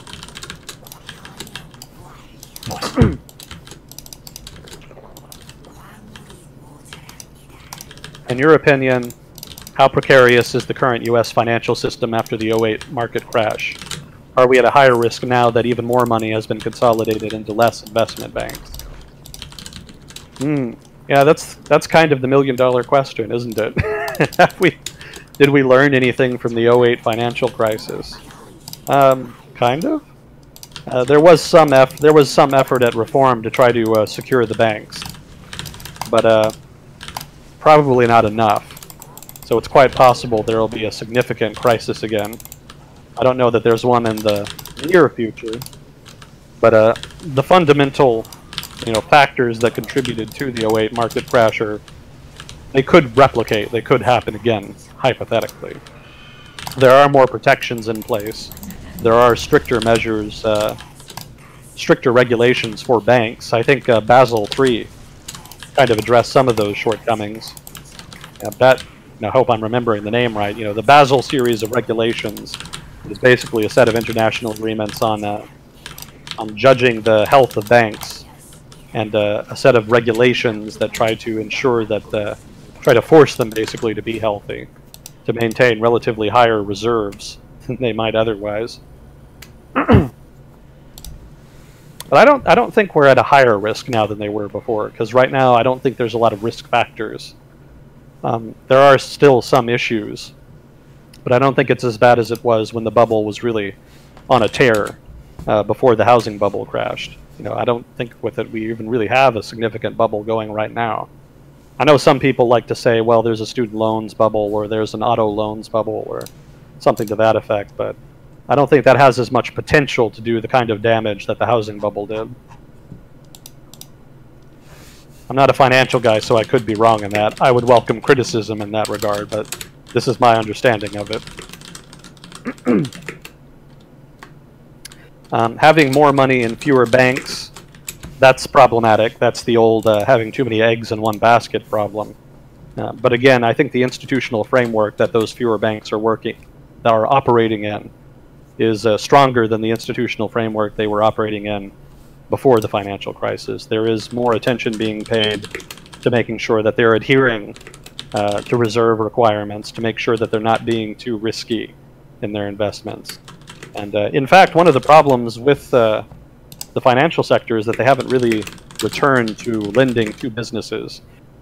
Business lending has not, if I remember correctly, really returned to pre-2008 levels still. Banks are still a little bit reluctant to give out loans to private enterprises. They'll lend to corporations, they'll participate in mergers and acquisitions, things like that. But in general, there's not as many loans out there, although that might also have to do with a lower rate of entrepreneurship. In the United States, one of the unfortunate trends has been a fall in the rate of new business formation over the past 10 years. Now, that's kind of a chicken and egg argument. You could argue that, well, fewer businesses are being formed because there's less lending. But, you could also argue that they're lending less because there's just not as many businesses to lend to. I don't know enough about that particular issue to really kind of lend more weight to one or the other explanation. But that has been another fallout from the market crash. But, again, I think the overall environment is a bit healthier and stronger than 2008. And the fact that banks are not lending out as much is a sign that perhaps they're not taking as many risks and are being a little more responsible with their reserves. So in that sense, I think we're better than we were at that time.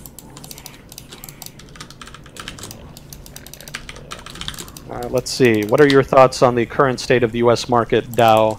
Is my Disney stock going to rebound anytime soon? Have we seen the bottom of this correction?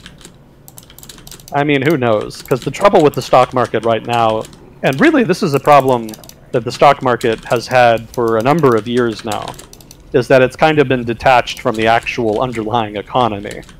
And the part of that stems from the massive influx in cash that came with monetary stimulus. Quantitative easing here in the United States, quantitative easing by the European Central Bank, quantitative easing by the Japanese Central Bank. I mean, there's been a lot of monetary stimulus around the world, and the result has been a huge influx of cash that served to kind of inflate asset prices. And partly that was deliberate, because part of the logic behind quantitative easing, or at least the kind of quantitative easing that we were doing here in the United States, was to make assets more valuable in order to increase spending. And that's what's called the wealth effect. If you're wealthier, you're more willing to spend money because you feel a little more secure because of your wealth. So the thinking was, if you inflate the value of assets by easing monetary policy, then the people who own those assets might be more willing to spend. And so then consumption would increase, and that would increase demand and alleviate the effects of the economic downturn. Such was the logic anyway. But the result of that is that the stock market has behaved somewhat weirdly. Economic production, employment have kind of vacillated over the past 10-some years since the financial crisis. But the stock market has pretty much just gone up and up. There's been a few downturns, but for the most part, it just kind of keeps on trucking. That perhaps speaks to some underlying strength in the U.S. economy, if not the world economy generally. But it's not really supposed to do that. there is supposed to be a business cycle. It is kind of supposed to vacillate up and down according to investor and consumer sentiment, business sentiment, etc. And we really haven't seen as much of that. And I guess to be fair, we hadn't really seen much of it before that. You know, since financial markets were liberalized in the 1980s, we've seen long periods of expansion and then dramatic corrections down. You know, the 1990 recession, the 2000 dot-com bubble bursting, the housing bubble bursting, just kind of these internecine collapses that are separated by vast periods of expansion. We haven't really seen vast expansion since 2008, but the stock market, again, seems to not really care. It's just kind of increasing. So as a result of that, it's kind of hard to read the stock market now. It's kind of hard to discern whether changes in the stock market are the result of underlying shifts in the economy and market performance by firms, or if they're reflecting this distortion caused by monetary policy. And it's this question that has a lot of fiscal hawks and inflation hawks really concerned. And it's that concern that's kind of caused the recent market dip. Because there's a fear that all of this money that's sloshing around the financial markets is going to get pulled out one day. You know, once inflation returns and interest rates go back up and quantitative easing ends, then a lot of this money is going to get pulled out and stock markets are going to take a massive hit. And there's a fear that there's a kind of stock market doomsday on the horizon on account of that. Whether or not that's the case, I'm not in a position to judge. I'm not a stock market expert. But that is sort of the gist of the concern on the part of stockholders that's led to the skittishness and the big dip that happened recently. Inflation in particular is a concern on the part of the Fed and certain people in the Federal Reserve System. There's a sense that if you increase money supply, there should, as a result, be more inflation. But despite all of the massive worldwide quantitative easing, there really hasn't been a lot of inflation. And so there is this kind of mystery of the missing inflation. Like, where is the inflation? It should be here. We've introduced all of this money supply, increase in money supply, so really prices should be increasing, but they're not. And so some people argue that the structure of the economy has changed such that prices are more resilient to shocks like a massive increase in money supply.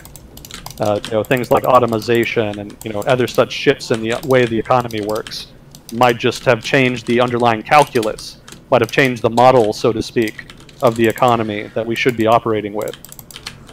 But then the counter-argument, or the countervailing argument, is that, well, actually, there will be inflation in the future. It's just been delayed.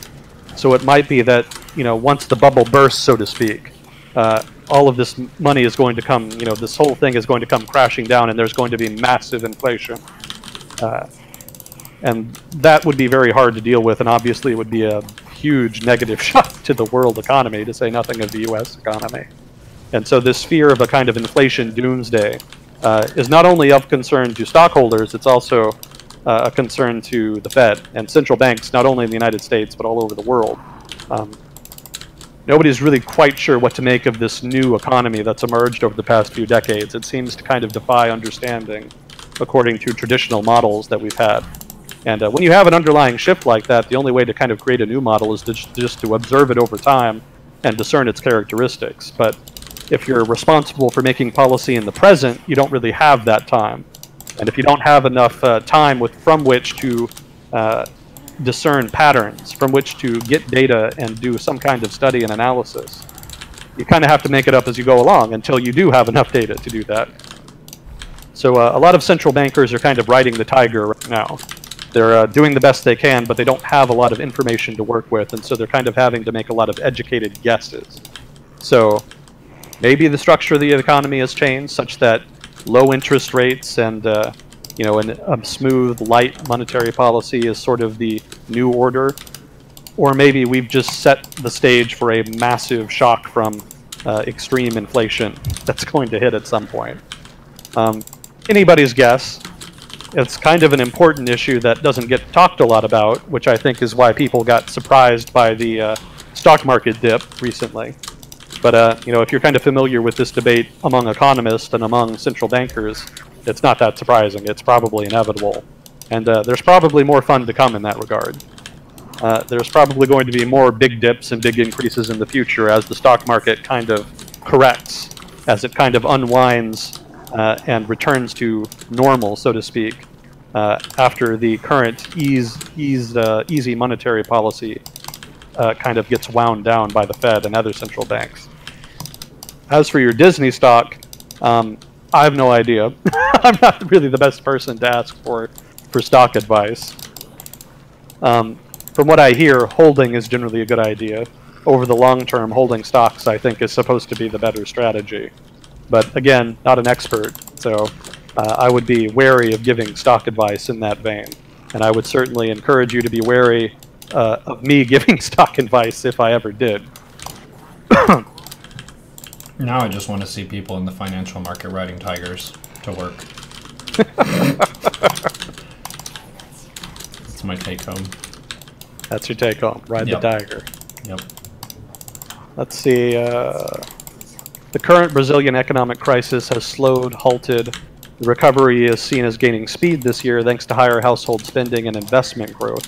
Politics and a lack of reforms are the largest risks to Brazil's economic trajectory and are clouding the country's outlook. So in this year's elections, candidates will be under even more scrutiny.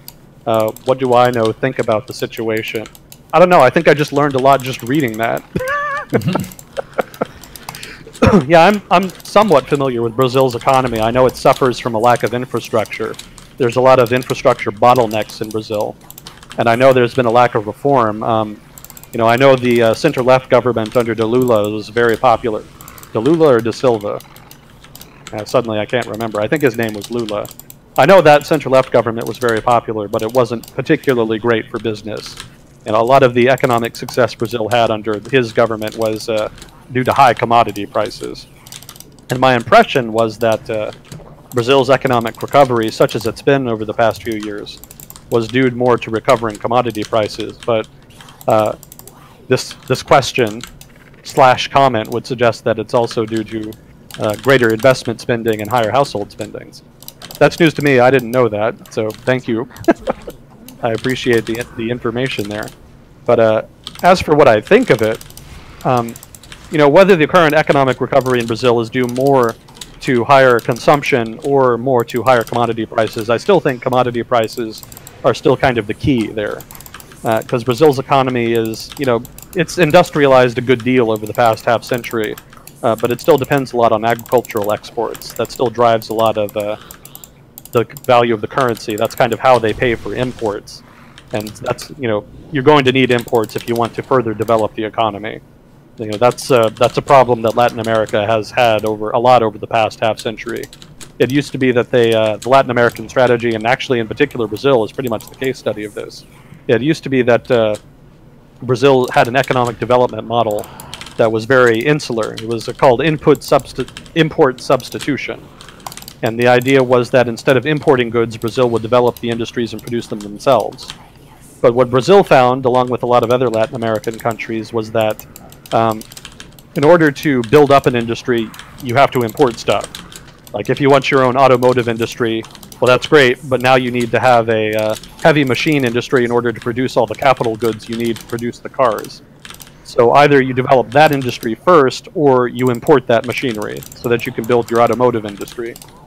And a lot of countries really struggled to do either of those things. I mean, if you want to build up your own heavy machinery industry, that in itself requires expertise, if not a few imports. And all of those imports have to be paid for with hard currency. And if you're not exporting a lot, you don't have a lot to work with, and that can make it very difficult to do without taking on a lot of loans. And it was because Latin America, including Brazil, took on a lot of loans to pay for that strategy that they ended up having a financial crisis of their own in the 1980s. And that kind of cascaded all around Latin America in that period. I'm getting off topic. I do tend to go on tangents. I apologize. Tangents are fun. Let me see if I can get back on track here. Yeah, so the Brazilian economy still depends on commodities disproportionately, even as it's industrialized over time. So I think economic reforms will be important to kind of encourage that, not only to encourage agricultural producers, but to encourage investment in that sector. if not in also the Brazilian industrial sector. And if that can happen, that it would certainly be a boon. I mean, I don't think anybody really expected a lot of economic reform in Brazil over the past few years or in the future. I think the Temer administration, Temer, I'm probably mispronouncing his name, I apologize, but let's call him the Temer administration for now. The Temer administration has surprised everybody by implementing a lot of free market reforms in Brazil. And he's done it. The fact that he's done it has made him immensely unpopular. He's done it more or less against larger public opinion. There's a lot of resistance to the kind of reforms he's implementing. But they have helped the Brazilian economy. They have served to increase growth, increase the business, improve business sentiment, and attract more investment. There's still a lot that needs to be changed. Again, infrastructure in particular is a big bottleneck, as I understand it. I would certainly invite further comment from this person, because I think they know a lot more about the Brazilian economy than I do. So I'd be very interested in their opinion on it and what they think of the state of the Brazilian economy. But my impression is that more reform would be needed to keep the growth up, and in particular the agricultural sector should be encouraged. You know, I know people like to kind of tout their industrial sector because that's the more modern one, but you know, if your country is dependent on exporting agricultural goods, that's kind of where you should focus. India suffered a lot in the mid-20th century because they put their development of their industrial sector ahead of their agricultural sector, despite the fact that the agricultural sector employed way more people and was way more important to the broader economy. If they'd done otherwise, there might have been a lot more economic development and prosperity in the mid-late 20th century, basically post-independence, than there was. And the Indian government and the Indian economy has basically been trying to recover from that 40-year period of more or less centralized economic policy ever since roughly 1991, when they started introducing liberalizing reforms. So that's my impression of Brazil anyway. More reform needed to kind of keep it up. Good trajectory for now, but more would need to be done. And I don't know that investor sentiment would necessarily be improved that much if Temer were able to implement more reforms, because there's a kind of a credibility problem. If the reforms are too unpopular, then it's virtually inevitable that the next government is going to overturn them. So if I'm an investor, I would be wary. I would want to see what the next government looks like after the elections before I really started thinking about investing, however attractive the reforms may be at the moment.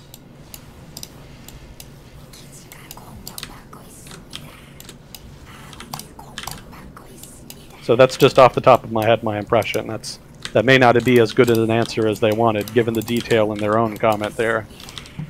Again, I would certainly welcome this person's elaboration. It sounds like they might have some interesting things to say about the Brazilian economy. Let's see, what do you think will happen about the nearing inevitable overpopulation of the planet? Our population has doubled in 50 years. Will it be curved before overpopulation, or will we wait until the last minute? Yeah, we've talked a bit about this before too. The projection is that the total population of the Earth is going to top out at about 11 billion? 10 billion? Something in that realm. It's still a lot, but it comes down to demographic transition. It's estimated that over the course of the next 100 years, most countries will have entered the later stage of demographic transition. And if you're not familiar with the concept, basically, every society starts out with high mortality and high birth rates. And birth rates generally are not much higher than the mortality rate, so there's not a lot of population growth. And then what happens is the economy industrializes, there's more sanitation, conditions improve, so you end up with a very high birth rate, but a very relatively low mortality rate. And so there's a demographic explosion, there's massive population growth.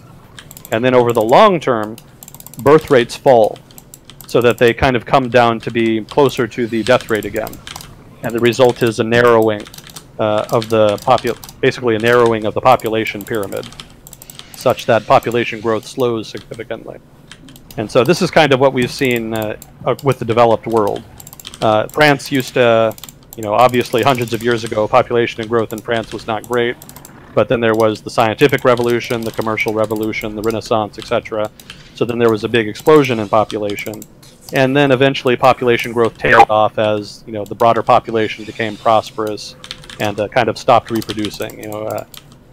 Having lots of children was no longer as beneficial as it had been when death rates were much higher, basically.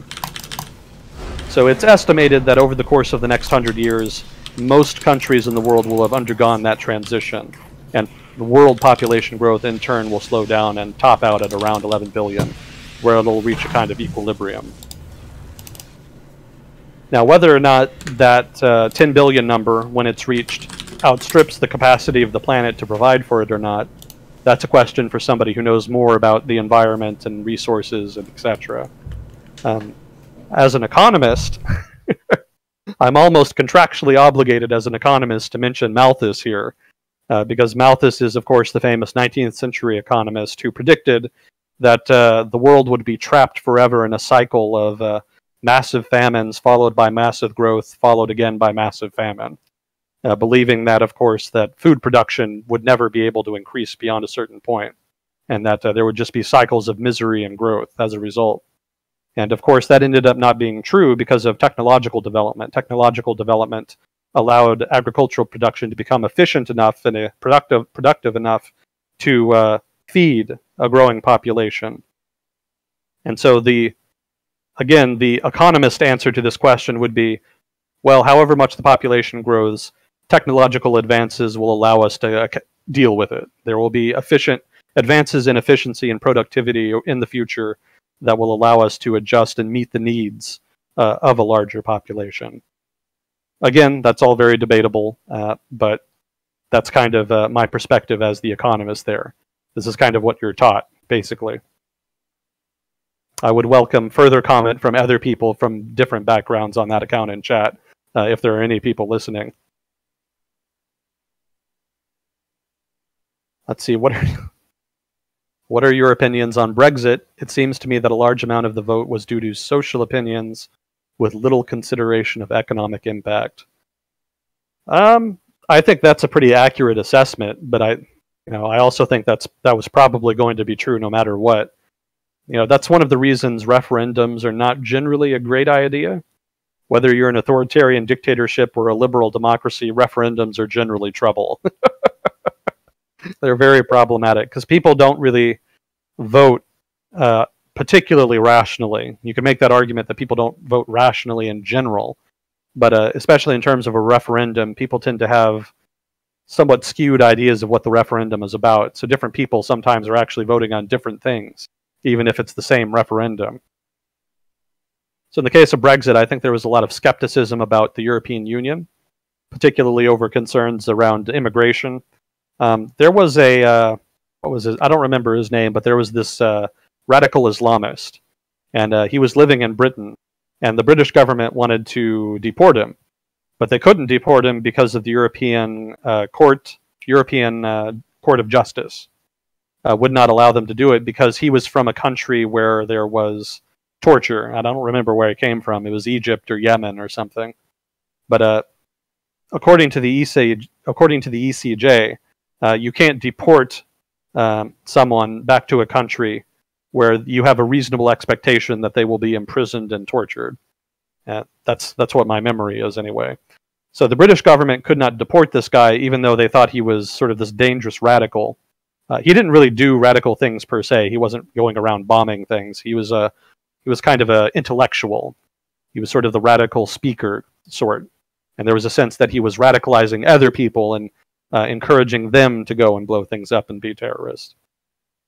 And the British government didn't like that and wanted to get rid of him. But because they couldn't, there was an immense backlash in Britain against the ECJ and against the European Union generally. And it was kind of an example of the British government losing sovereignty to this supranational organization. And that was part of what kind of drove that sentiment amongst certain parts of the British voting public. I'm not British, so maybe I'm misreading this. If you're British, please kind of chime in and help me out or correct me. But this was my kind of impression of the Brexit referendum. And really, the Brexit referendum would not have been a problem even then, if not for the fact that the vote was close. If it had been like 80% voting to leave or 80% voting to stay, that would have kind of settled the issue. But as it was, I think Leave only won by like 51% to 48%, which is not much. That's not really much of a mandate. That's a very narrow victory, and that pretty much guaranteed that there would be a lot of partisan bickering about what Brexit should look like after the fact. And that's basically what we've seen. You know, we've seen people who were very pro-Brexit arguing, we won the referendum, let's have a hard Brexit, let's leave the European Union, including the single market and the customs union. And then there are other people who say, well, you didn't win by that much, let's not completely leave the EU, let's leave the EU but stay in the single market and the customs union. Now, of course, that's a big difference in policies, because if you completely leave the single market and customs union, you can sign a lot of free trade agreements however you like with other countries. But if you are in the customs union and the single market, that narrows your ability to negotiate foreign trade agreements with other countries. Because part of the condition that you have to meet in order to stay in the single market and perhaps maintain the customs union is adhering to a set of rules and regulations, a common set of rules and regulations that are shared amongst all the other member states. And you cannot really negotiate on those if you're negotiating a free trade agreement with another power, with another country, rather. So because staying in the customs union and single market limits the scope for free trade negotiations, the hard Brexiteers are very much against that.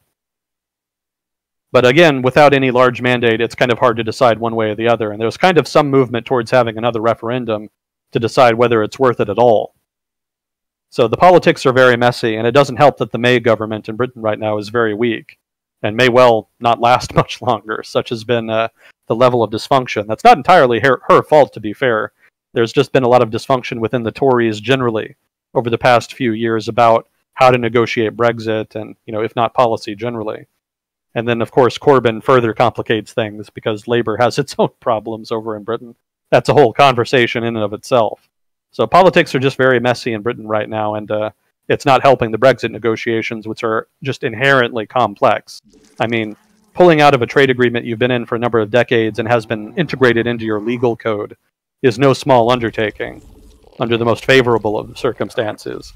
So it really should be something that they focus exclusively on if they want to get the best deal they can. It would probably help also if they could decide what kind of deal they wanted so that they could get the best deal they can, but they don't even really seem to quite be there.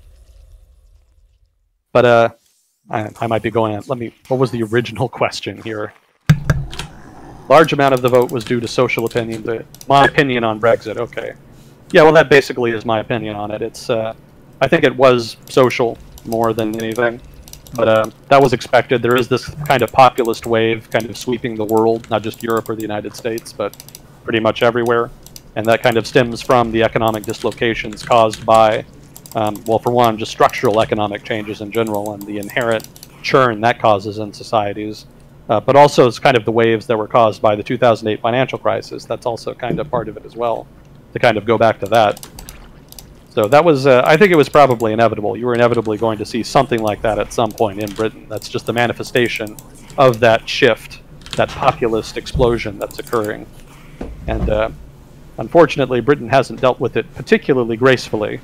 They may yet make something of it, but for now, it's not pretty. That answer was kind of all over the place. That was a bit of a meandering answer. I apologize. Yeah, but isn't the situation kind of all over the place? Yeah, unfortunately it is. Keeping it appropriate then. I was thinking of trying to do a Brexit podcast episode, but I don't even know where to begin with it. There's so many moving parts. It's hard to cover the ground of it because it covers so many different things. I think that would be really good, especially for some people who I've talked with about it. It gets politicized a lot, so my dad was talking about some of his business friends who were just saying anyone who is for Brexit is an idiot and this and that reflects his situation, but it doesn't address any of the issues of what are the implications of Brexit going through? What has actually changed so far? What's on the cards for what could change?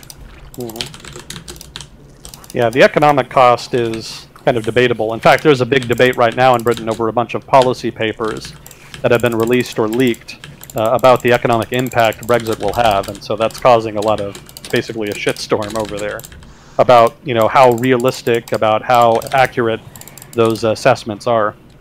It's hard to say. I mean, in general, as an economist, again, economics background, as an economist, you would advise against leaving a big free trade agreement with what is a very large market.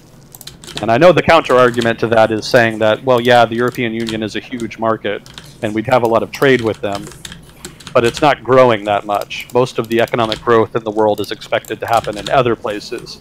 So let's have free trade agreements with those places. But in general, it would be better to have fewer trade barriers than more. And leaving the European Union is going to introduce trade barriers where there were none before. It seems like it would have been a better idea to try to negotiate more free trade agreements from within the European Union and expand it that way.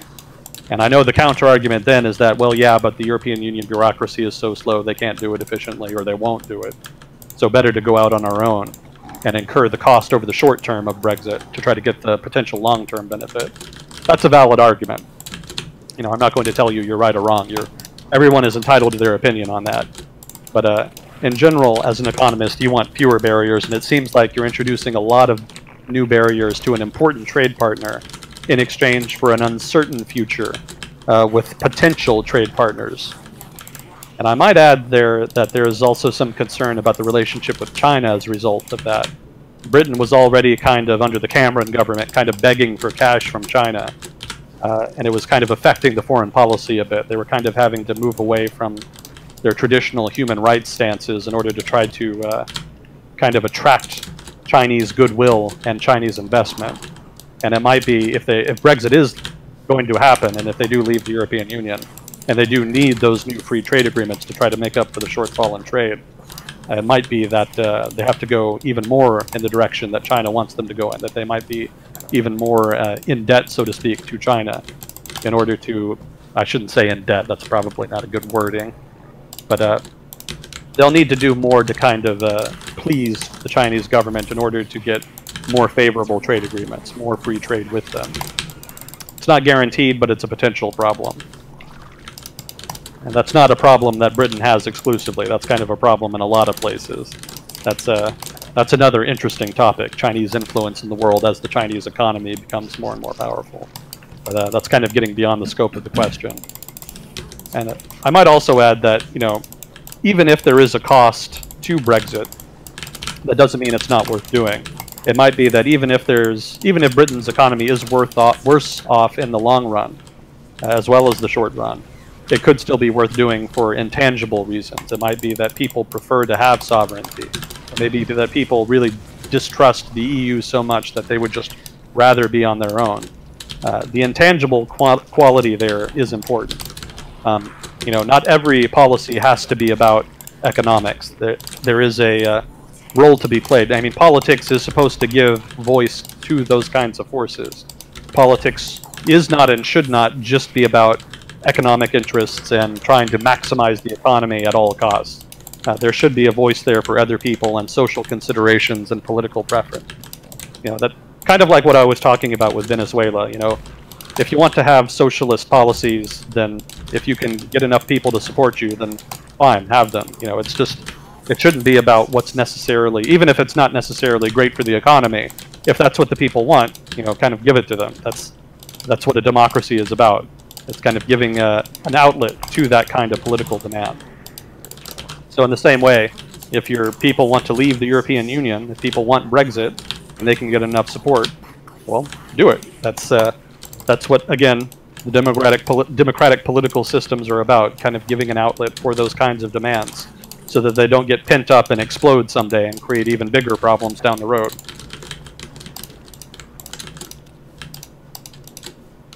It's one of the funny kind of push and pulls of democracy is if you give the power to the people, sometimes the majority will do things that you don't really like. So yeah. You can't really have your cake and eat it and have the democracy that always does what you want it to do. Yeah. As amazing as that sounds on paper. Well, that's why liberal democracy in general is better than democracy. Liberal democracy says, yes, let's have rule for the people, but let's have some rules for the people too.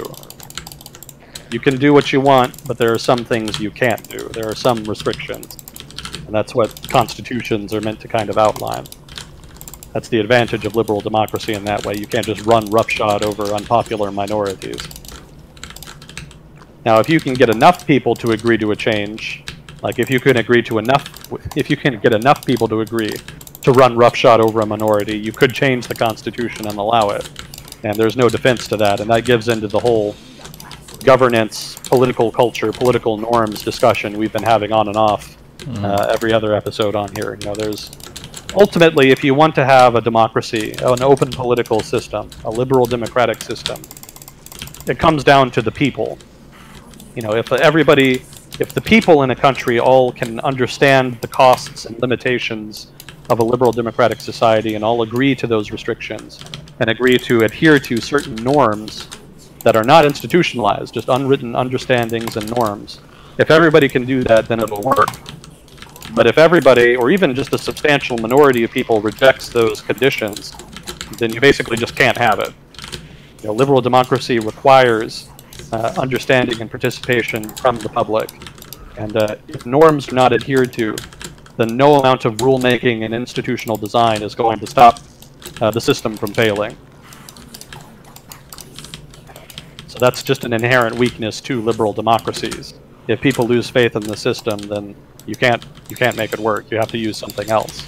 You basically default to some variety of authoritarianism, maybe a kind of soft authoritarianism, or it could be a hard authoritarianism, but invariably democracy without rules, so to speak, democracy without people who are willing to adhere to norms and restrictions, is invariably going to devolve into some kind of broad or hard, narrow authoritarianism.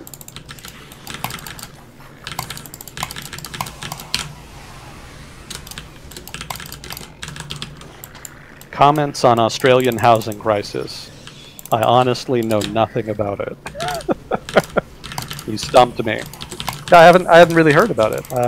I'll have to look that up. Australian housing crisis. I know that there was a big problem after the commodity bust, because Australia's economy had been booming because of high commodity prices. You know, the mining sector had been doing really well, and a lot of money was being made from that. And you know, over the past 10 years or so, commodity prices went through the floor, and Australia's kind of gotten hit hard by that.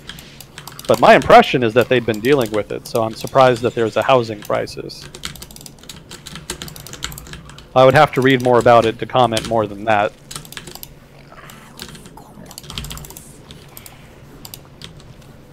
I think there has been some issue with Chinese investment, but I hadn't thought it was so high as to cause any kind of housing crisis.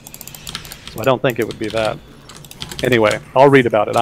I apologize. I'm not quite familiar with the topic, so I can't really add much in that regard.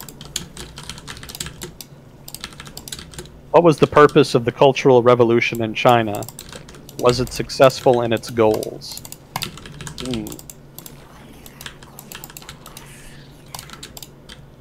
That's a big question, because that's a kind of a complex topic. I'll try to give the truncated version of it. And I'll add again, this is my understanding of it. I might miss some things. But, I know I say that a lot. I'm not familiar with this or that topic, etc. Kind of consider this more an introduction to a topic than a lecture on it. I'm not giving you the full story. I'm giving you a start, so to speak. That's kind of a better way to think of it, because I don't want to make you think that by listening to me, you're kind of learning everything there is, that I'm some kind of expert in a lot of this. I'm not. But just more of an introduction, basically, from my own understanding. The Cultural Revolution was more of a political battle within China between Mao and some of the new up-and-comers in the Communist Party in China. Mao Zedong was a very powerful figure within the party, but his star was kind of starting to fade by the 1960s. And what had happened was after the Civil War and after the Korean War, when things kind of started to settle down, China's economy actually did pretty decent. Generally, communist parties can do heavy industry okay. Heavy industry generally they can grow heavy industry pretty significantly. The Soviets did that. Mao's China did that as well. And so there was a fair amount of economic growth. Part of that was just catch-up growth. Just the economy had been a disaster because of all the wars, the World Wars period. The whole century of humiliation was a very rough period for China, to put it mildly. So actually having peace and stability and a stable single government, those factors by themselves probably engendered a lot of economic growth. So they were kind of catching up to where they should have been anyway. and again, the peace dividend, also factored in. So there was a significant amount of economic growth as a result after the war ended, and so Mao was feeling confident, and so he. Well, I'm getting ahead of myself. There was the 100 Flowers campaign. That was kind of the genesis of it. This also happened after the war, I think. The 100 Flowers campaign was a campaign in which the Communist Party invited criticism. And the idea was that they would let people come, criticize the party, criticize policies, so that the party could get input, could get feedback, rather, and adjust accordingly. And there was a lot more criticism than they were expecting, and so they ended up having to crack down. And Mao had been sort of the brain behind, the guy behind the 100 Flowers campaign. And so he took some of the blame. And so his power kind of waned a bit as a result. So after that, he looked to recover by taking advantage of the, again, aforementioned inordinate, unexpectedly high economic growth. And he pushed a policy called the Great Leap Forward. And the idea behind the Great Leap Forward was to take the unexpected rise in economic growth and take it to the next level. We're making so much progress so much more quickly than we thought. Why not make a big push towards development and try to reach the communist utopia that they were trying to build for early, so to speak? And of course, if you know about the Great Leap Forward, you know it was a huge disaster. It was an effort at industrialization well before Chinese industry and the Chinese economy writ large was ready for it. And there was a lot of starvation, and it was very ugly. So Mao took a particular hit after that. So he had two marks against him by that point, the 100 Flowers campaign and the Great Leap Forward. And so by that point, other people in the party were kind of starting to gain on him in terms of political power. People like Zhou Enlai, for example, who was a major administrator, a significant leader in terms of being he was an administrator in China, let's put it like that. And he was a very effective one. And so he kind of emerged as a rival to Mao. I hope I'm getting the name right, Zhou Enlai. I think that's what his name was. And after that, in the early 60s, Mao wanted to try to kind of regain power and also fight against some of the ideas that the new power centers in the Communist Party were pushing. One of the things Mao was afraid of was that China, and the Communist Party of China specifically, would become bureaucratized. And that's kind of what happened in the Soviet Union. The Soviet Communist Party kind of became detached from the people over time and became its own elite. It kind of became the new capitalist class, so to speak, its own little privileged class of people within the Soviet Union, the supposedly classless society. And Mao wanted to avoid that, and so he wanted to kind of return the party to its roots, kind of get the party back in touch with its people, and get the people mobilized again to get them back in touch with the ideals of communism. And so in order to resist those ideas and regain his privileged place within the Communist Party as a leading figure, he basically launched the Cultural Revolution. And at first it was more of a propaganda campaign, because Mao Zedong's principal allies in the Communist Party, as I recall, were in the propaganda department, basically the communications department. And so he worked with them to start up this kind of mobilizing campaign to try to engage the youth of China in particular. I think he had a lot of allies in the education department, but I'm not quite sure if I'm remembering that correctly. So the idea was, let's get the young people excited about communism, let's make them nationalist, let's make them patriotic, let's fire them up and try to get them involved in politics, and then use them and their fervor against our political enemies in the party. So of course all of this patriotic communist zeal was unleashed by all of these, sort of energetic, idealistic kids. A lot of them in urban areas, which is somewhat ironic. The party kind of originally had its power base in the rural areas, but in the city areas, the communist elite kind of principally lived in the urban areas, and so it was their kids who were most fired up by this movement, who were most kind of caught up in it. And so it was more in the urban areas that it started. And, the kids would get out of control, but Mao and his people had enough power and political pull, not just within the party, but just in terms of propaganda. Just in terms of controlling the media, they could turn people against the party if they wanted to, where they wanted to. And so they would give these kids media cover, as well as pulling strings within the party to try to prevent crackdowns on them. And that was so successful that Mao pretty much regained control by doing that. and was able to expand his control beyond education and the propaganda department into the rest of the party. The problem, of course, was that it was a little too successful. It spiraled out of control, and all of these kids would go out and they would form factions, and they started debating with each other, and they started fighting with each other. You know, it really was all over China, and it really got to be violent. In fact, it's if you talk to Chinese people, they'll tell you that they lost an entire generation to the Cultural Revolution because all of these kids basically missed out on their education. You know, they stopped going to school, basically. They pretty much took over their schools, and there was just no more classes after that. They stopped learning, and as a result, there was kind of this generational gap in China of people who were just kind of lost to that period of violence and instability. Yeah, the military eventually had to crack down on it. It was eventually the military that had to deal with them because nobody else had the authority. And it got so bad that the factions of Red Guards would form and fight with not only each other, but with the actual government. They would find localities that were led by Communist Party officials that they deemed to be counter-revolutionary, or not sufficiently communist, or reactionary, or whatever. And they would go after them. They would actually try to kill them, and they would have fights with the local security forces. And the military would have to come and intervene and mediate.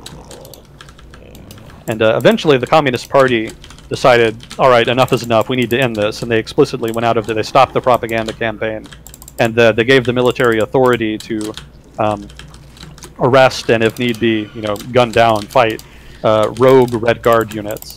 They preferred not to deal with them violently. The preferred method was a campaign that was launched to send students out into the countryside. The idea was, let's re-educate our young by exposing them to the hard life of the rural peasants, who are the real heart and soul of China. And so that kind of re-education campaign, which was a very, of course, communist campaign, and so was perfectly acceptable to these Red Guards, that absorbed a lot of the youth and pulled them away from the cities, pulled them away from the Red Guard gangs, and put them into the countryside where they weren't causing as much damage, where they couldn't cause as much trouble. And doing that basically solved the problem. They were able to kind of cool their heels out there, and that took the wind out of the movement. So, in a sense, it was successful in its goals in that it did mobilize the population. It did engender a lot of patriotism and nationalism. And it did return Mao to a central place within the Communist Party hierarchy. I think his name was... I think Zhou Enlai ended up dying naked in a cell of a heart attack or something terrible like that. It was a very gruesome period. And if you talk to people from China, you can ask them, what do your parents think about this era? They were alive during... And they said it was really fucking scary. Because you didn't know what was going to happen. Some Red Guards could just come and kind of kill you, and you wouldn't really know why. They wouldn't necessarily explain it, and the government wouldn't be able to do anything for you. So it was really an uncertain time for China. There was just an immense amount of instability as a result, and it was very damaging to China's institutions as well. Because on the one hand, yeah, there is an argument to be made that bureaucratization of the party was very bad, took them away from the people, made them their own class, their own little elite. But on the other hand, trying to keep them in touch with the people prevented the party from developing its institutions of government, such that it could provide more stability, more services, etc.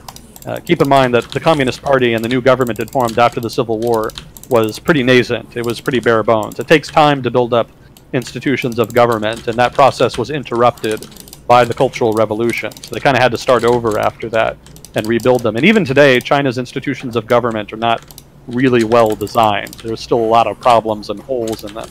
It really is more rule of man than rule of law. Chinese politics within the Communist Party is more of a Hobbesian state.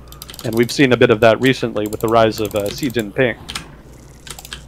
That lack of political norms and institutional rules makes things very unpredictable, and that's kind of partly a legacy of that period, although you could argue it's just a legacy of Communist Party rule in general. Communists and communist parties in general through history have not proven to be terribly effective at building strong, lasting institutions. But in general, I guess you could say it achieved its goals in the narrow political sense. But it had a lot of unintended consequences and exacted a lot of collateral damage. Again, just my understanding of it. That's. I hope I'm not missing important details, but you know, I'm sure there's more to it than just that. But that's sort of the quick and dirty of the Cultural Revolution, and whether or not it was successful.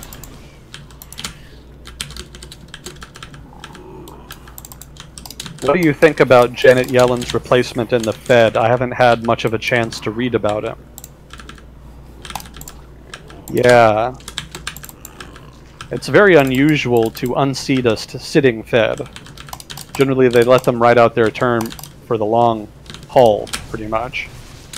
I don't know a lot about the new guy myself. I have read criticism of him that he is not an economist. He's actually a lawyer. And so there is some concern that he is perhaps not very familiar with, well, besides not being familiar with the institution of the Federal Reserve, that he may not be sufficiently familiar with the policy issues he'll face as head of the Fed, which are principally economic in nature and rely a lot on economic research, particularly macroeconomic research.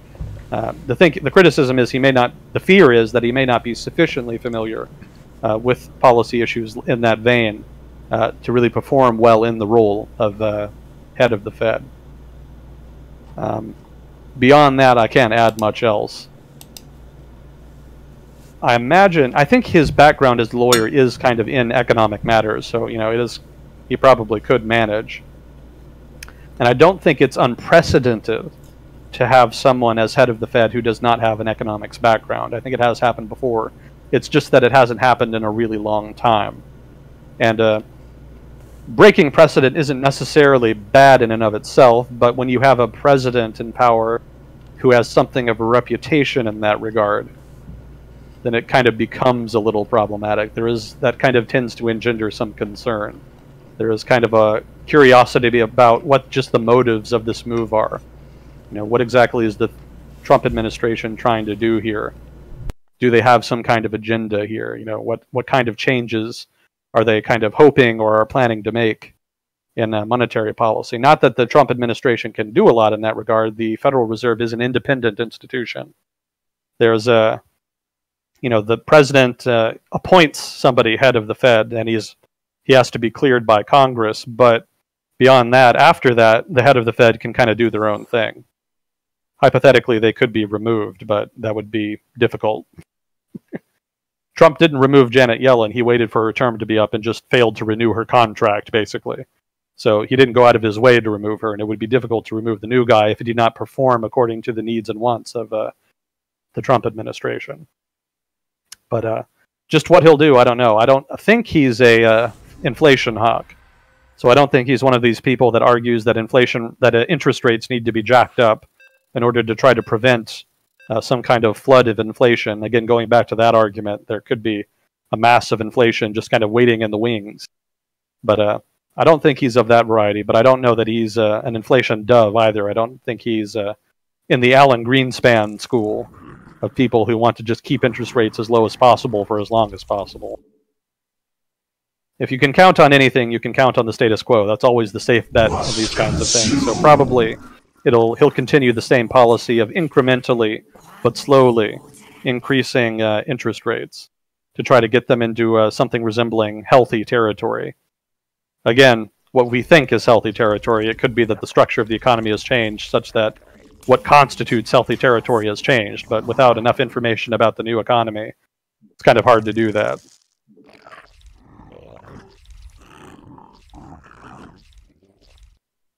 Do you think the current volatility will go into a sort of feedback loop due to the prevalence of computer trading en masse? Namely, the bottom falls, so bots buy up stock, diving the price back up, and then dump it. I don't think that bots have too much of a disruptive effect in that regard. I mean, for those who don't know, most of the trading that happens in the American stock market, the New York Stock Exchange, if not all stock markets around the world, most of that stock trading is actually algorithms. It's actually bots trading online. It's relatively few stocks are traded now by actual humans. But I don't think it creates a negative feedback loop per se. You know, the way algorithms are written, the way stock market algorithms rather are written is pretty much just, well, they take from established patterns. They're not doing anything human traders wouldn't do. They're just doing it faster. So I don't think it creates a negative feedback loop. It just sort of accelerates trading patterns.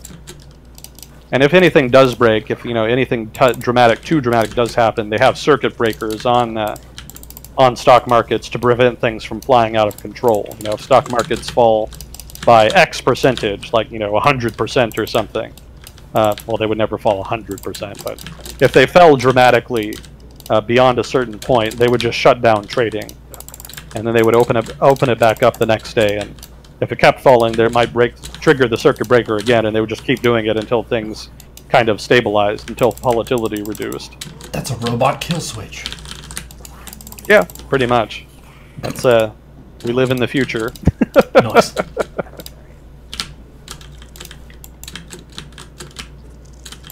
What are your thoughts on the Cuban government system? Thoughts on the accusation of sonic attacks on the U.S.? Let's see, what are your thoughts on that? Well, I don't have a whole lot of thoughts on the Cuban system because I don't know a whole lot about it. I know it's a communist system. I know it's based more on the Soviet model of communism. But beyond that, I haven't read a whole lot about it. I mean, my impression has always been that it's just kind of a generic authoritarian one-party state. I don't know that the Cubans have really innovated in that regard in any way. I don't think they've done anything substantively different. I do know that more recently there's been a reform effort. They have been opening up the economy a bit, allowing more free enterprise, allowing more free market activity, basically. But nothing too dramatic. It's more of an incremental change, a more incremental effort over time. There had been improvements in relations with the United States that might have engendered further economic growth, but obviously the current administration is a bit more hawkish on Cuba, so that's kind of been scuppered for now. Yeah, I couldn't add much more beyond that. It is definitely a repressive state. There is not freedom of speech there, so I don't think these poor innocent Cubans are just being repressed by this terrible U.S. embargo. There's certainly criticism that can be made of the embargo. I don't think it's particularly effective. But I don't know that the Cuban government, and certainly the Cuban Communist Party, is all that deserving of sympathy either. Thoughts on the accusation? The sonic attacks thing is just so bizarre. Have you heard about this, Neuro? No, what is a sonic attack? Okay, so there was obviously the U.S. reopened its embassy in Havana a couple of years ago. But then over the past year, I think, some of the personnel were reporting headaches, and some of them supposedly had some kind of brain damage, and they didn't know why. And they think it's because of a sonic weapon. And the idea is that there's apparently some kind of sonic device that can emit sound waves at a certain frequency such that it causes damage to the inner ear and in turn the brain. And supposedly it can damage your hearing or even render you deaf. Whoa. And yeah, so the embassy personnel in the Cuban embassy were saying this is what was happening, and it kept getting worse, and finally the U.S. government pulled its personnel out of the embassy. The Cuban government says it's bullshit, that they're just making it up, that the U.S. just wants to damage relations. I guess that's possible. Their relations are not great right now. But that seems like a really bizarre way to do that, if that's what they're doing. It seems like there are more if the United States really wanted to just close down its embassy in Cuba, it really seems like the Trump administration would just do it. Why would you need an excuse? Just pull them out. Yeah, so I don't think that's it. But it sounds like a cool sci-fi kind of story this way. Well, it is that. It could be that the Cubans aren't the ones doing it. It could be another government or some kind of individuals who somehow have access to such a device. I don't know. The whole thing is utterly weird, I'll say that much, and there's not really enough evidence to come to a clear conclusion on it. Apparently people were hurt, so there's that. That's unfortunate, obviously, but we don't know why, we don't know what caused it, and we don't know why it happened. And without that kind of information, it's hard for me to kind of give thoughts on it, because there's not really a lot to think about it other than the fact that it's utterly freaking weird. I can't think of any equivalent that's ever happened quite like that.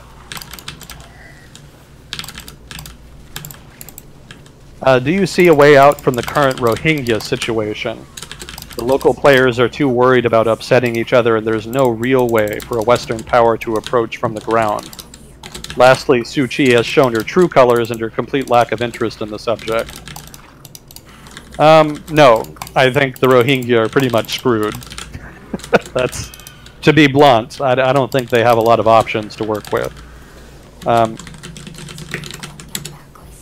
Yeah, I don't see any way out for them. I mean, barring a foreign intervention, a direct foreign intervention, or a significant amount of pressure in the form of economic sanctions or some such, I don't know that there's a lot you can do there. I mean, applying economic sanctions might encourage the Myanmar government to take a softer line on the Rohingya, but it's probably more likely that they would just swallow the sanctions and just keep doing what they're doing. You know, keep in mind that the Rohingya issue is actually subsidiary to an overarching political competition in Burma, or in Myanmar. It used to be called Burma, but the military junta changed the name to Myanmar in the 1980s. And further complicating things, some people didn't recognize the change as legitimate because it was an authoritarian military government. So some people kept calling it Burma. So Burma, Myanmar, whatever you want to call it, whatever you prefer. Technically, Myanmar is the official name, but Burma is easier to say.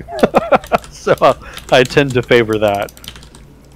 But anyway, there's this overarching political competition that the Rohingya issue is partly the product of and is subsidiary to. And that's the competition between Suu Kyi and the military. The military did democratize Myanmar and did open up the political system, but it's not like it's a liberal democracy. They didn't fully open it up. It's not as though Suu Kyi, because she's won an election, is now in power, is the power in Myanmar. In point of fact, the constitution that was written gave significant powers to the Myanmar military. And in that sense, Suu Kyi can't even really do a lot about the Rohingya issue, because the Rohingya issue is inherently a national security issue. It's the police that are doing allegedly the atrocities. You know, the police, the security forces, the military, etc. And the military, of course, considers the whole thing to be a national security issue because they say it's an insurgency, it's illegal immigration, etc. So even if Suu Kyi wanted to, even if she wanted it all to stop and she gave the order to stop all of that, she doesn't actually have the authority, because all national security matters, according to the Constitution that was written, are reserved for the military apparatus. That is actually their exclusive domain. Suu Kyi has no authority over them, so she actually can't tell them to stop. She could use moral authority. She could say, well, this is a bad thing, you should stop doing that, and I think my supporters should back me up and put pressure on you in that regard. The reason she doesn't do that is because most people support the military. Most people in Myanmar actually support the operations against the Rohingya. They actually don't like the Rohingya much. They see them as illegal immigrants, they see them as a legacy of British imperialism, and also the locals who live in Rakhine province, I hope I'm pronouncing that right, the local people, Buddhists living in Rakhine province, are afraid of losing their identity. They're afraid that they're going to be demographically overwhelmed by the Rohingya population over time. And there's a sense also that the government kind of facilitated that by not enforcing immigration, that the government is kind of against them in that regard. There's a lot of ethnic minorities in Myanmar that have issues with the government, long-standing issues. So Rakhine Buddhists are not alone in that. In fact, Myanmar has one of the longest civil wars running right now. It goes back, I think, 50 years all the way to independence. Basically, the north and northeast of Myanmar are controlled by rebel groups that have been fighting the Myanmar government for half a century now. And, you know, before Colombia's peace agreement with FARC, Colombia and Myanmar basically had shared that kind of title of longest-running civil wars. But anyway, that's an example of how much discontent there are among ethnic minorities in Myanmar. And the Rakhine Buddhists are among them. They actually have their own issues with the Myanmar government, but they also have issues with the Rohingya. And because of that, because cracking down on Rohingya is so popular in Burma, in Myanmar, Aung Suu Kyi can't really throw her weight behind the Rohingya without losing political support. And the reason it's important she not lose political support is that her hold on power is tenuous. The military ran its own candidates in elections. They'd had its own people, its own political allies, and it really would prefer to have a coalition government in parliament that is pro-military and that will kind of serve the military's interests. And it would not be hard for nationalist candidates to kind of take the thunder of Suu Kyi, to take seats from her party in an election if she were seen as siding with the Rohingya. And the reason that's dangerous in the big picture is that that could mean an early end to Myanmar's democracy experiment. You know, if the military gets a hold on power again, not only in national security matters, but also through political actors in parliament, then it's basically just restored military rule. And there's no reason they have to honor future elections in that regard. They could easily just kind of delay further elections indefinitely. Thailand has been doing that. And just hang on and keep out Suu Kyi and the other liberals. So there's a real struggle there between the military and Suu Kyi for legitimacy and political support. And the Rohingya are kind of bearing the brunt of that. It may be that Suu Kyi supports the Rohingya but just can't say anything. On the other hand, she may be a nationalist herself who doesn't particularly like them. It's really hard to say when you're in a semi-liberal society, in a semi-liberal, partially open political system, where there could yet be severe punishment, politically anyway, for speaking out in a certain way on issues like this. And it may be that Suu Kyi is kind of trying to play a long game, kind of sacrificing the Rohingya to try to further the hold of to further the power and hold on power of her liberal political party in Myanmar, and so that she can implement further liberal reforms down the line, rather than sacrificing political capital in the present on behalf of the Rohingya and potentially putting the whole democratization at risk. Keep in mind, she's been under house arrest for a very long time. You know, she's been punished. She was under house arrest for, I think, 20, 30 years or something like that, before the military kind of opened things up. They would have killed her, if not for the fact that her father was a famous nationalist. He was actually, I think, the first president of independent Myanmar, back when it was still called Burma. And because her father was such a national icon, a big national hero, the military never really felt that they could just get rid of her. But they didn't want to let her just run around and campaign against the military either, so house arrest. And, you know, they kept her locked down for a long time, so she's probably a bit hard-edged at this point. She's probably got a little bit of the real politic going. And she may be willing to trade away the Rohingya for democratization in the long term. That may be, possibly, what she's doing. Again, maybe she just hates Rohingya and she doesn't give a shit. That's also possible. But I don't think it's entirely fair to judge her, given that she is in this kind of life-and-death political struggle with the military that has not given up complete power, that does not even recognize civilian control of the military in Myanmar. So I think that's a more fair assessment of things. But of course, everybody is entitled to make their own judgment in that regard.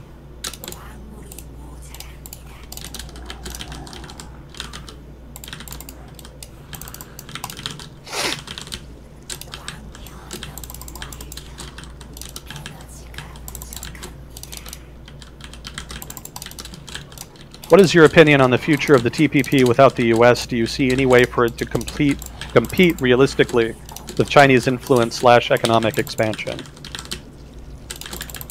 Yeah, that's actually been an interesting development. You know, for those who aren't familiar with it, the TPP was a big trans-Pacific trade deal that involved a number of countries in the Americas and in the Pacific. And it was supposed to kind of create a trade institution, not just a free trade agreement, but a set of trade rules that the broader Asian region would adhere to. And the idea was that if the United States could get the region's nations to all come together and agree to a common set of trading rules, common trading regime, if you will, then that would kind of force China to adhere to those same rules in the long term. So the argument was, let's write the rules for the region so that China doesn't. The idea being that if China writes the rules for a common trading regime in the region, then they're not going to be nearly as liberal and open as they would be if the United States wrote them.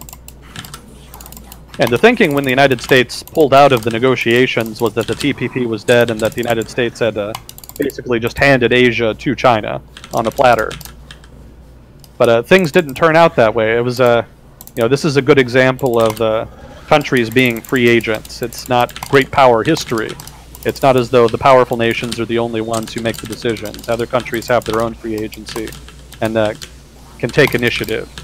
And that's what happened with the TPP nations. All of the other nations who had been negotiating got together and said, okay, well, even if the United States isn't in on this, we can still mutually come to an agreement and create this trading regime, because we also think it would be better for Asia if the trading regime rules were written in a liberal vein rather than a quasi-crony capitalist vein, as might be the case with a Chinese trade regime. So Japan, as led by Japan, Canada, etc., and sundry other nations, they continued to work on the TPP, and they're either on the verge of signing a final agreement or they already have. But it's pretty much in the bag. It's pretty much going to be implemented. And that's a huge development, because that creates a massive free trade zone basically in Asia, a giant common market, and leaves the door open for, one, China to adjust its policies accordingly. And it also kind of sends a signal to China that this is a unified block of countries that have common interests, and that if China throws its weight around too much, that they would be willing to work together to counter it, with or without the United States. It's also significant in that it leaves the door open to the United States itself to eventually join later, which is quite possible. Hypothetically, Donald Trump could win a second term, and after that, there could be another populist candidate who takes his place and continues those policies. It's also quite possible that Trump is a one-term president, and that the next guy is a more conventional president, be they Republican or Democrat. If that were to happen, if we were to get a liberal or conservative conventional president, the door would then be open for the United States to jump back into the TPP. So we wouldn't have to renegotiate the agreement from scratch and spend another 10 years hashing things out. Everything is already kind of in place, and a new president could, assuming Congress was for it anyway, could jump right into the TPP as it is.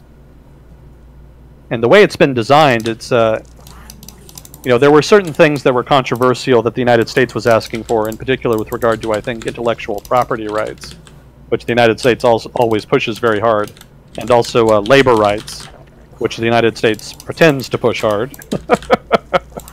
And those things were kind of put aside, because the United States was the country principally pushing for them. The other countries didn't care as much, so they just kind of put those in the freezer, so to speak. They didn't get rid of them. They basically wrote the agreement such that those issues could be brought up later and added to the agreement if a certain country wanted to. And basically they did that specifically so that the United States could, if it wanted to restart negotiations, could basically just start negotiations where they were when the Trump administration ended them. They could just pick things up right where they left off and start talking again about labor and IP. And hypothetically, it would not be a big stretch from negotiating those issues and a settlement to a final agreement, which could then be ratified by Congress. Again, all of that would be much faster and simpler than renegotiating the agreement from scratch.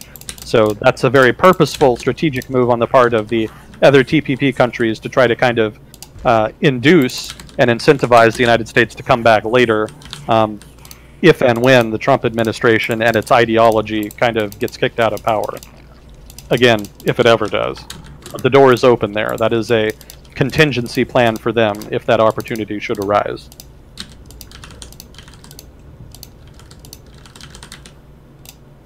Can it compete realistically with Chinese influence, economic expansion? Yeah, that's kind of the big question. Because it might be that U.S. efforts to try to counter China in Asia are in vain. And we've talked a lot about this before, too. It just may be that Chinese economic clout is too great for the United States to counter with its own economic clout or with military pressure. I don't think China wants to fight a war with the United States. Obviously, there's a lot of military posturing and whatnot. But an actual war would not be beneficial for either power, so I don't think that's really in the cards. Barring some weirdness, there's always something unexpected that can happen. especially in a closed political system. Sometimes I wonder if Communist Party officials know about as much as what goes on in the party as we do, given all of the Machiavellian maneuvering that goes on within the party. We've talked about how it's very opaque as a system in general before. Yeah.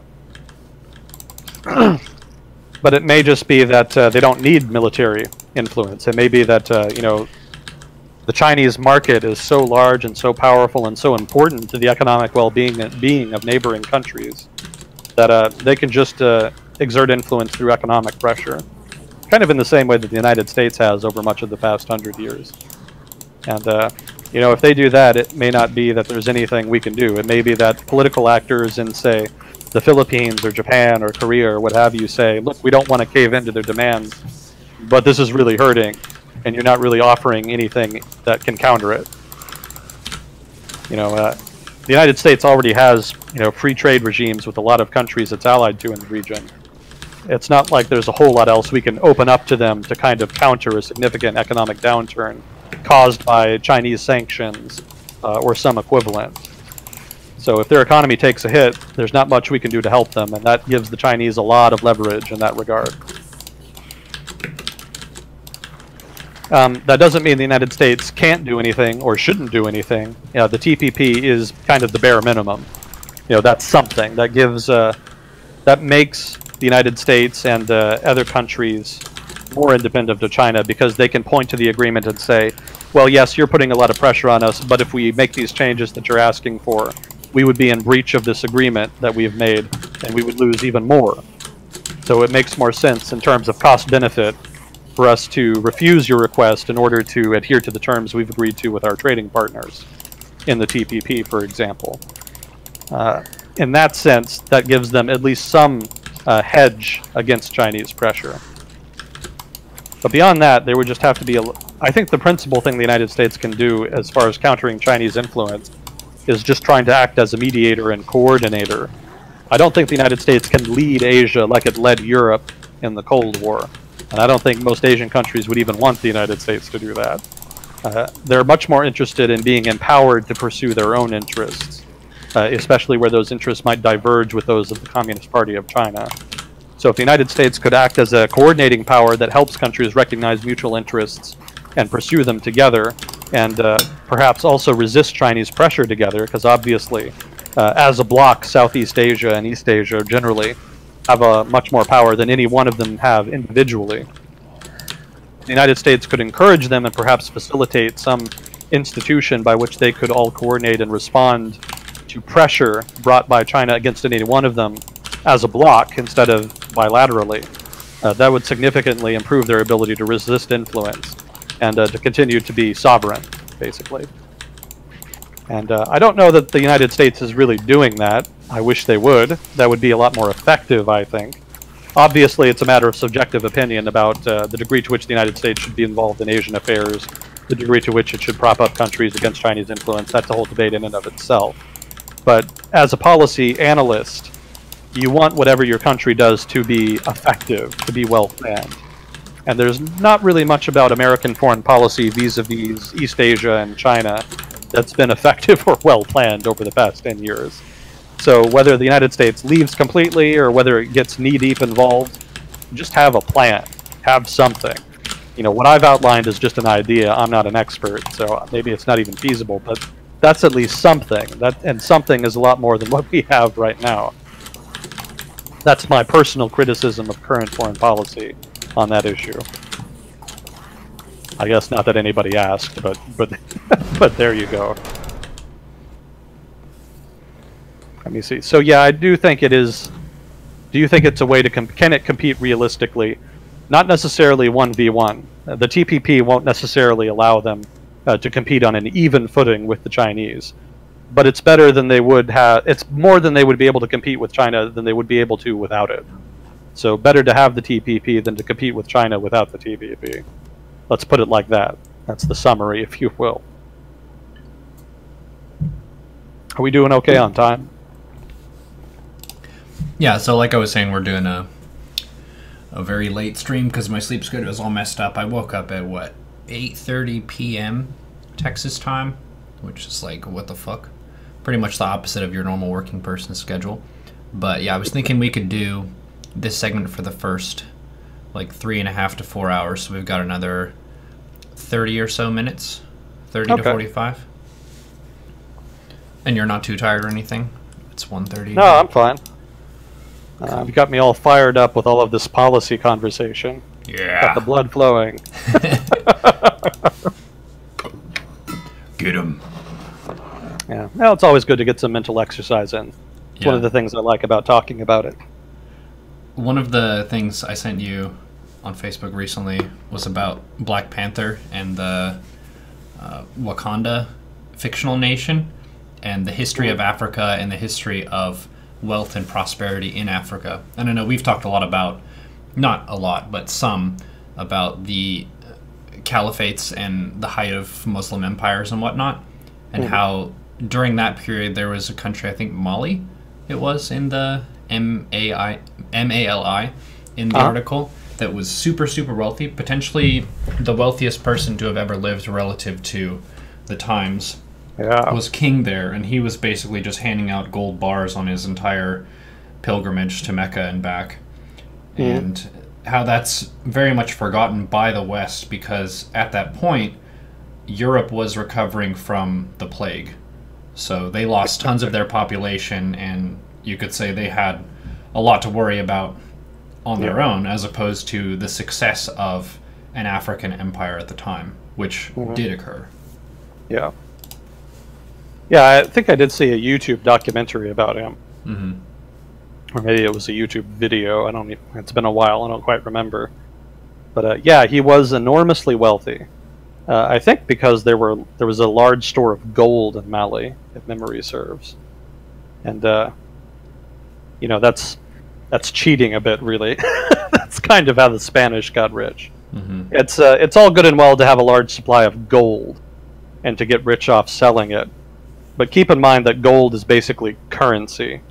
And if you pump out and produce a lot of gold, you're effectively dramatically increasing the money supply. And like we were talking about earlier, that tends to cause inflation. And in fact, the Spanish Empire basically collapsed financially several times over the course of the 15 and 1600s for that very reason. They just kept pumping out gold, but there wasn't a lot of corresponding economic activity. And so inflation skyrocketed and their finances were just obliterated. I don't think that happened to Mali, though. I think they were able to manage their affairs pretty well, and that's to their credit.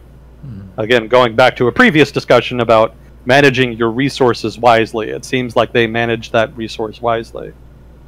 If I remember, the only other thing I can remember about him was supposedly he sailed across the Atlantic. There's this kind of legend that he always loved sailing, and that near the end of his life, he had a massive fleet built because of rumors that there was a big land to the west. And supposedly he sailed with this huge fleet across the Atlantic Ocean and perhaps found the New World, who's to say. Supposedly there are these statues in Central America that look suspiciously African. At least that's what I saw in the video. Maybe that's bullshit. It could well be. It's not as though YouTube has any shortage of bullshit. Well, the flip side of the argument is there are quite a few different groups that made it over to the New World. I think the question is more of whether you're able to establish a permanent foothold there. Because you've had stuff like Viking settlements way before Christopher Columbus that were established, but it was never in the prosperous way where they expanded there on their own right. It kind of, they made it there, they looked around, they had maybe some fur trading or something like that with the native population, but it never really became a permanent settlement. So maybe this as well was a similar thing. They probably had the technology with the ships and the navigation to do it. So it could well be. It's one of those feasible things, but is there enough proof for it? Who knows? More proof I'd have to read a lot more than the people who were saying that aliens would have built those or something.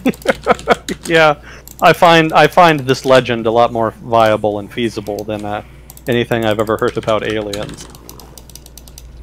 But why do places all over the world have pyramid structures? Why did they all choose that shape? The only logical explanation is aliens. It's the only logical explanation. Yep. What else could it be? they taught us geometry and that the pyramid is the best shape, and we should make shapes. Yep. Who knew that Stargate was a documentary? Who knew? Let's see. What do you think about North and South Korea coming together, and what kind of effect will this have on trade embargoes against North Korea? Probably none whatsoever. I don't think it's really significant. Really what's happening here is that the North Koreans are kind of feeling the pressure from sanctions, because everybody is pretty pissed off at them over the whole, building nuclear weapons, which nobody wants them to have. We've talked about this before too. Like, not even China really wants North Korea to have nuclear weapons. Even the Chinese government sees the North Korean government as being this weird, creepy, unstable state on their border that they don't particularly trust with weapons of mass destruction. They would rather have them there than not have them there, but they would rather have them there without the nuclear weapon. So there's a lot of pressure being brought against North Korea. And there's also a guy in the White House that they don't really quite know what to expect from. That's kind of the madman theory, that if you act crazy as the president, then people don't know what to expect about you, and then they become more cautious and more conciliatory. I don't know that Trump is acting crazy for that reason. That might just be his nature. But it is having an effect on the North Koreans. They are very wary of the Trump administration. They don't quite know what they're going to do or what they're planning. And so what the North Korean government has done is they've actually abandoned a traditional position that they've had, that negotiations be bilateral. Historically, over the past couple decades, the North Koreans have demanded bilateral negotiations with the United States. And the United States would say, no, we want multilateral negotiations. We want to talk with you along with China, Britain, Korea, etc. And the idea was that it would be more effective to negotiate as a bloc with multiple countries than to negotiate bilaterally. Well, the Trump administration threw that shit in the river. They said, you're going to get rid of your nuclear weapons or we're going to start shit. And when the North Koreans said, let's have talks, the United States said, okay, but get rid of your nukes. Oh, wait, let's have talks. No, wait, get rid of your nukes. There was a lot of vacillating. Rex Tillerson has had a hell of a time as Secretary of State because the Trump administration keeps changing the narrative. I don't know how the guy sleeps at night, because you never know what he's going to wake up to. There always seems to be some new Twitter that contradicts something he said the previous day. It has to give him nightmares. So the Trump administration is very unpredictable in this regard. And so the North Koreans have basically given up on bilateral negotiations for that reason. They don't think it's going to do them any good. They think the Trump administration is very hard-nosed on this issue and isn't going to give any concession. So what they're doing now is they're trying to butter up to the South Korean. And please forgive my Americanisms. So, I guess I shouldn't throw in American slang here and there, because I know not everybody listening is from the United States. I think you should. It's fun. It adds some local flavor to it. Sometimes you say stuff that I've never heard myself, but it sounds awesome. So if it like comes by and that's just your natural way of expressing something, but you take a second thought and you're like, maybe English second language people have no idea what that means, you could just give a little aside and say what that means. Yeah, I try to do that, but I think I frequently miss it. To butter up to somebody is to try to get them to like you. It's to be very nice to them, perhaps unusually so, and to try to get them to like you because you want something from them generally. So that's what the North Koreans have been doing with the South Koreans over the past month or two. And the reason they've done that is because they know that the South Korean government is much less hawkish on North Korea than the US government is right now. And the idea is they want to kind of create a divide between South Korea and the US government. And it's not that the South Korean government is okay with North Korea having nuclear weapons. They're not. But the North Koreans may calculate that if they can disrupt that alliance, then they can make it harder for the United States to take hostile actions. They can kind of mitigate the U.S. options on the table. So it might be that if they, Washington may be able to convince Seoul that perhaps a kinetic operation to destroy North Korea's nuclear facilities is the only way to stop North Korea from getting nukes. In which case an airstrike happens, in which case North Korea's government is humiliated, and they have a choice of either retaliating and possibly starting a war that ends with their destruction, or doing nothing and then being potentially overthrown in some kind of internal coup. Palace politics and authoritarian systems tend to be pretty cutthroat in that regard, so that's quite possible. So the North Korean government then wants to get around all of this by kind of throwing a wrench in the machinery. They figure that they can kind of butter up to the South Koreans, and then maybe the South Korean government in turn will try to restrain the United States government and keep it from doing something particularly crazy to try to kind of keep it in check to a degree. It might not stop the United States from doing something radical in the long run, because it might be that the United States perceives a sufficient threat or perceives it has sufficient grounds to take action, or perhaps even comes to an agreement with Beijing to take action. But it's less likely to happen if the South Korean government is not comfortable with it happening. And that's probably more what Pyongyang is going for. If you were an optimist, you could say that the North Korean government is making an entreaty in order to prolong a prolonged improvement in relations with South Korea. Perhaps they recognize that the nuclear program is not a good idea, and that it would be more secure for the regime and better for them over the long run if they were to improve relations with South Korea and try to kind of divide South Korea from the United States in that way. There's less reason for South Korea to have close relations with Washington if relations with North Korea are good, or at least not terrible, than if everybody is terrified that the North Koreans are going to blow everybody up. So there could be a kind of long con going on here. Or perhaps it's not even a con. Perhaps it's a legitimate effort to open up North Korea. I'm not that optimistic. I'm more skeptical, so I doubt that's what's happening. It probably is more of a short-term strategy to try to buy time more than anything. That's just something you kind of have to watch and see and judge for yourself. That's kind of just what they're doing, and whether the United States should apply more pressure or take kinetic action or do whatever.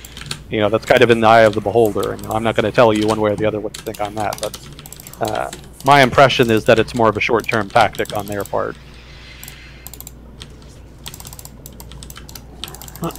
What do you think about Jordan Peterson? Jordan Peterson is a lot smarter than I am. So it's hard to offer critique. He's clearly an intellectual. He's always well-spoken. I don't always agree with everything he says. I actually listened to an interview he did with Joe Rogan on his podcast a while back. And a lot of the stuff he said I really agreed with. Like, the first half of the interview was pretty rock solid. I mean, he makes a lot of good arguments. He has a lot of good things to say about having confidence in yourself and having discipline and having goals and being driven in life. Those are all very positive messages that I think anybody could agree with. But every so often he kind of goes off on the deep end. He kind of editorializes sometimes, and some of that stuff is a little bit weird to me. Some of that criticism he makes about what he likes to call postmodernism, I think. Neo-Marxism, that side of his argumentation is a little more shaky to me. He doesn't seem to leave a lot of room for evolution, for change in society. I would recognize that certainly there is criticism to be made of recent changes in culture, certainly challenges to traditional culture. I can understand and comprehend and to some degree sympathize with criticisms of that. But I don't know that Mr. Peterson entirely incorporates the possibility that changes can occur and be good over the long term, if not necessary. So I wonder sometimes if he's too wedded to traditional cultural norms in that way. It seems to lack a certain flexibility in that regard. Again, he's obviously a lot smarter than I am, so it could well be that he has a perfectly good reason and that I just haven't heard it or just don't understand it. I certainly would put that out there. So I'm always wary of critiquing even high-profile figures like that, because I'm not an expert in their fields, and I frequently haven't read everything there is about them to kind of fully know their background and argumentation. But my impression, let's put it like that, my impression of Jordan Peterson is that he's a very intelligent individual who has a lot of good things to say, but sometimes has some weird political opinions. Let's put it like that.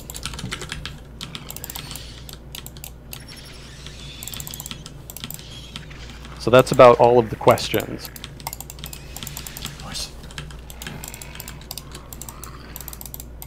We were on something before the questions. I don't quite remember what it was. Kind of jumping around a bit.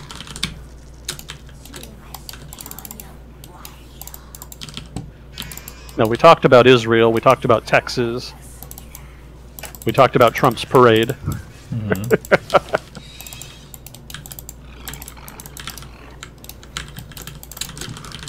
I think Korea, that's where we kind of ended up. Civilian control of the military. It slips my mind anyway. Well, was there some other question that you had? Because you mentioned you had a few. Yeah, so I saw Casablanca recently, and I still haven't seen that. Well, the period is, I think, World War II.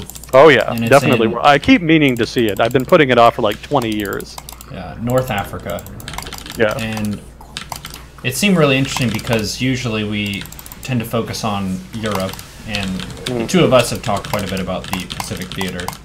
But what's been happening with, say, the French who were trying to still resist Germans' influence, and they're kind of hiding out and doing their own thing and stuff, versus the different people of the French who just try and make deals and take the path of least resistance. There are characters on both sides of this in the film, so it's interesting to see that kind of dialogue-driven film drama that captures a lot of those factions. It was a very well-done movie. There's a reason why it's like classic. I only saw it very recently too, so I can't really scold you for not seeing it yet. Yeah, it's that's kind of the difference between collaborators and nationalists, basically. You know, the French resistance and the Vichy government and its supporters. Yeah, that was a very difficult period for France. It was you know, losing the war was humiliating in and of itself, and then the Vichy government obviously exacerbated political tensions in France between the left and right. Mm-hmm. You know, if you think partisanship is bad in the United States right now, imagine if Nazi Germany conquered the United States and then put in power a far right-wing collaborationist government. Mm-hmm. That would not help, to put it mildly. So the French resistance, was partly driven by that partisanship. And France had seen a lot of partisanship before the war.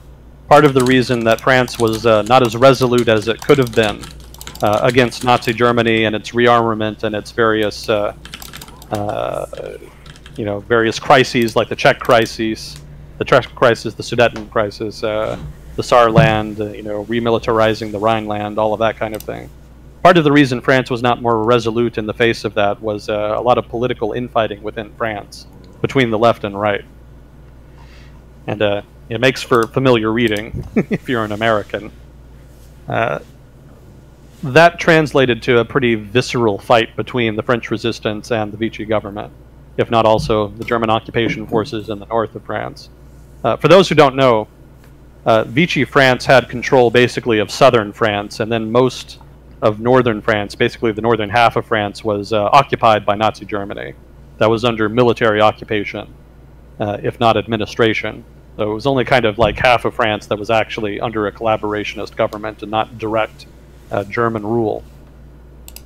And the Vichy French, for their part, were, you know, they didn't like losing to the Germans, but they didn't like leftists either, and so they took the opportunity to really crack down on them.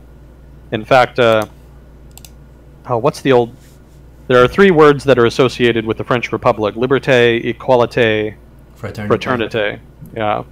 And the Vichy French actually changed that to their own trifecta, and it was something like paternalism, Christianity, and something else. It was a very conservative vision of France. And you know, France has always had conservatives. You know, it's kind of unfairly viewed as an inordinately leftist country. That's not entirely accurate. They actually do have a right wing to their political spectrum. You just don't hear about it that much as an outsider. And they took the opportunity to kind of get revenge, so to speak. They really went after people, and the French resistance benefited from that. They were actually not the most active resistance in Europe. The most active resistance in Europe was actually the Danish resistance, if I'm remembering correctly. the Danish resistance, I think, actually had more attacks against the Germans, launched more attacks against the Germans. The French resistance, rather, is a little more sexy and a little more well-remembered. Do you mean like they were physically more attractive, or more romanticized? Oh, well, I mean, they were more romanticized, you know, they're more popular, more well-known. I mean, has anybody ever even really heard of the Danish resistance before? Yes, probably not. Yes, but it was only 40 seconds ago. Okay. Yeah, well, case in point. Yeah, the Danes don't really get enough credit for their efforts, and they were very, very active. But that's not to take away from the French resistance. They were very courageous too, and they took, you know, many brave actions that resulted in terrible retaliation. The Germans, it was something. The Germans had a policy where for every soldier they lost to a guerrilla attack, they would kill something like 100 civilians in the area where it happened. And there was once one retaliation where they wiped out an entire French town. And I think it's actually still there. The French government never repopulated the town or rebuilt it. They actually just kind of keep it as a monument to basically the war and the people who died there, and as a reminder of the atrocities that happened during the war. I don't remember what the village was called, but I do remember reading about that. Yeah, the French resistance was very active. Generally, they, you know, some hit-and-run attacks, but a lot of espionage-type stuff, a lot of spying, stealing plans. They would help rescue Allied pilots who were shot down and try to return them to Britain, or at least to neutral territory. Basically, a lot of that kind of thing. Helping escaped prisoners of war, you know, little things like that, and also helping infiltrate British or American or other spies who were trying to get into the country and, you know, do one mission or the other. They were an asset for British intelligence, let's put it like that. Yeah, and then, well, I guess I could talk about the Free French too, but that's a bit different than the people in France at the time, which I think it was more the gist of your question, the actual French resistance in France. Well, anyway, once the United States and Britain kind of moved in and liberated France, basically, which was pretty exciting and pretty unexpected. You know, if you're French after 1940, you're probably pretty pessimistic. You know, yeah, that's not how the war was supposed to go. Everybody was expecting a replay of World War I with all of the trench warfare and the millions of casualties and all of the sort of gruesome suffering, and instead the war is over in about a month, and they lost handily, which again was, you know, a humiliation for the French Republic, which is a very proud country. So everybody just kind of assumed, all right, well, that's it, the war's over, the Germans won, they're the new hegemons in Europe, the British can't possibly last, this is all a giant, you know, clusterfuck. What can we do? What can happen now? And it was only a few people that really wanted to kind of keep going. The Free French forces didn't get a whole lot of volunteers after that. And the French resistance, for its part, didn't really take off until sometime later. And there was also a lot of anti-British sentiment after the French fleet was bombed. You know, France got knocked out of the war, and the British, for their part, asked the French fleet in Morocco, which is not too far from, was based not too far from Casablanca. It was at a port, I think, called Mars el Kabir, or something to that effect. The French Mediterranean fleet was based there, and the British didn't want it to fall into the hands of the Germans. They were afraid the Germans would use it for their own purposes. And so they asked the admiral there in charge of the fleet to either scuttle his vessels or surrender them to the British, which, of course, no self-respecting French commander really wants to do, does he? Surrendering his fleet to the British, of all people. So he said no, and the British actually destroyed the fleet in harbor. And that was considered a big insult to the French people, and was very unpopular. And so that, you know, pessimistic people who thought the war was already over weren't made any happier by that development. You know, it's not enough that the Germans are beating us, now the British are sinking our ships. You know, what next? So it took a while for kind of sentiment to shift, you know, to people to kind of think, well, maybe the Allies can still win this, maybe France can be liberated, etc. And you know, it was a tall order. Keep in mind, there was no like logical place to to reconquer Western Europe. I mean, if the British Empire and the United States wanted to liberate France, they would have to launch a massive seaborne invasion, basically of a continent, and retake it just from that. And that was pretty unprecedented. You know, I mean, everybody gets taught about D-Day and the D-Day landings and how it was the largest seaborne invasion in history. But, you know, the prospect that that even could happen was kind of far-fetched. I mean, it was not something that you would just assume could happen. So when it did happen, people were pretty excited about it. And to be fair, you know, there was some build-up to it. As the United States and the British kind of built up to it, there was some expectation that an invasion would be attempted. But in the years previous to 44, it was a bit outlandish. Certainly the Germans didn't really think could happen, and that if it could happen, that it would even work. The Germans went out of their way to build up the Atlantic Wall, a whole system of defenses in Western Europe, specifically to make an invasion inherently difficult. I've said this before, and well, I'm not the first one to say it, but this is a common saying. Logistics is really important to the military. You know, amateurs talk about strategy, aficionados talk about tactics, professionals talk about logistics. And the logistics of a seaborne invasion of a continent and, you know, a fortified continent, Fortress Europe, the logistics involved in that are just ridiculous. I mean, it's immense. It's an immense undertaking. And the fact that the Allies were able to do that is an immense credit to their ability, to their, you know, material superiority and the organizational skill. And the fact that you could even make that work. I'm not sure where I was going. I'm getting off on a tangent again. Tangents are fun. Anyway, the point is the French people were delighted at the D-Day landings, and the fact that France was successfully invaded and liberated from the Vichy government and the occupation German government. And it was at that point that the French resistance really came into its own. You know, they'd already been very active in the year leading up to D-Day, not least at the behest of, you know, British and American intelligence. But when the Allied troops actually came through, they went apeshit. You know, before Allied troops even made it to Paris, there was already an uprising by French resistance forces there. And they were quite happy to tear into anybody and everybody. You know, they tore into the Germans, they turned on collaborators, they killed people who were too close to the Germans. You know, there was a lot of women who had German boyfriends or who had married Germans. They were all targeted because that in particular pissed people off. You know, international marriages aggravate nationalists no matter what country it's in. You know, there are people in China who don't like Chinese women who marry Westerners. And there's people here in the U.S. even who don't like it when white people, white Americans marry, you know, even Asians. You know, just nationalists, rabid nationalists get very upset about that kind of thing. But normally they don't have a lot of opportunity to really act out their frustration. But in the aftermath of the liberation of France, they did. And so all of that came out of the woodwork. All of those women, all of those collaborators, all of those people were targeted, and a lot of them were killed, tortured, humiliated. Ritual humiliation was very common. They would take the women and cut off all of their hair and parade them in public, strip them naked. You know, you can see pictures of it online. There's a whole bunch of it out there. They weren't shy about it. They were quite happy to do it out in the public and have it up for the public record. Yeah, like I said, not a very stable period for France. It was kind of ugly for them.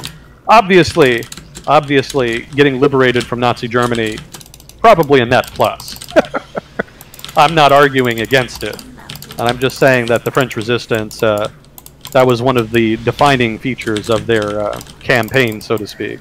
Operating against Germany in the early years, scaling up over time, and then really breaking out during the actual liberation itself. And a lot of those people ended up joining the Free French Forces, which was basically the reconstituted French army at that point, given that Charles de Gaulle would go on to be basically president of France going forward. Whom I might add was not very popular with his allies. Winston Churchill and Roosevelt did not like Charles de Gaulle. They respected him. They thought he was an effective leader, and they liked that he was charismatic and was able to kind of lead the Free French Forces. But he was kind of an asshole. He really was. He was a very kind of arrogant leader. He actually invaded There are two small islands off the coast of Newfoundland in Canada, and these two small islands belong to France. I think it's Saint Pierre and Miquelon. And these two islands are the only thing that remains of France's North American empire. And when France got knocked out of the war, they defaulted to the control of Vichy France. Well, Charles de Gaulle felt like he needed a PR victory. He needed a diplomatic victory of some kind. So he kind of, on his own initiative, invaded those islands. He didn't need to. It's not like they were being used by the Germans. There was kind of an agreement with the Vichy France that none of their Western Hemispheric holdings would be used by the Germans, or that there would be shit from the United States, if not the British. So, you know, the islands were not really contested. They weren't really important. But Charles de Gaulle, just without really telling anyone, just marshaled resources to go and land on the islands, seize them for Free France. And he made a big display about it. And everybody was kind of aggravated with him that he did that without actually consulting anybody. Because it's not as though those resources couldn't have been used elsewhere. There was plenty of action elsewhere going on where they would have been more useful, probably.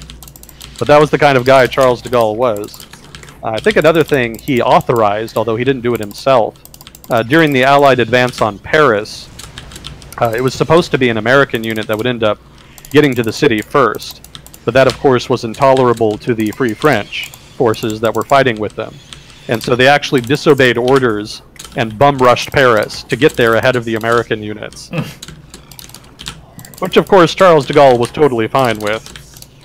And because of that, they couldn't really punish them.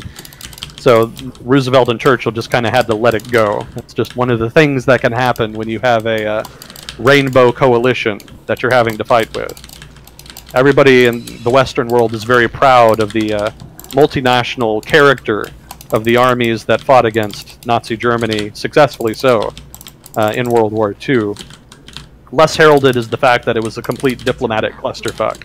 It was very difficult to coordinate all of these different people and their leaders and their different interests. It's one of the reasons that when historians talk about Eisenhower, the first thing they talk about him is not his generalship, but his diplomatic acumen, his ability to corral and organize all of these different peoples, specifically the British, who were particularly difficult to work with.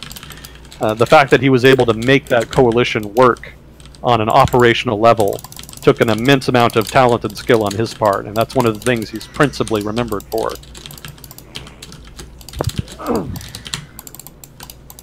So roughly, that was kind of the French resistance experience during the war. Or at least what little I can remember of it. I'm sure there's a lot more there. It's just not something I've read as much about. Or were you talking more about specifically in Morocco? Well, Morocco is like one little microcosm of that, but I think you got a lot of the meat and potatoes. Yeah, what was going on at the time. Yeah. Well, if you meant Morocco, I don't know anything about it. I haven't read anything about French resistance in Morocco. So by watching Casablanca, you know 100% more than I do about that topic. Well, it wasn't a documentary, it was just a film, but yeah. And would you believe the main character is an American guy? Sorry, what? Would you believe that the main character is an American guy? Sorry, you keep clipping out. The sound keeps dropping out. Oh, it's an American guy. It's the protagonist. Alright. It's an American? Yes. America, you know. Gotcha. George Washington. Yeah, I can totally believe that. Hollywood has a bad habit of that. The American market, of course, won't tolerate that. Anything else, rather. Yeah.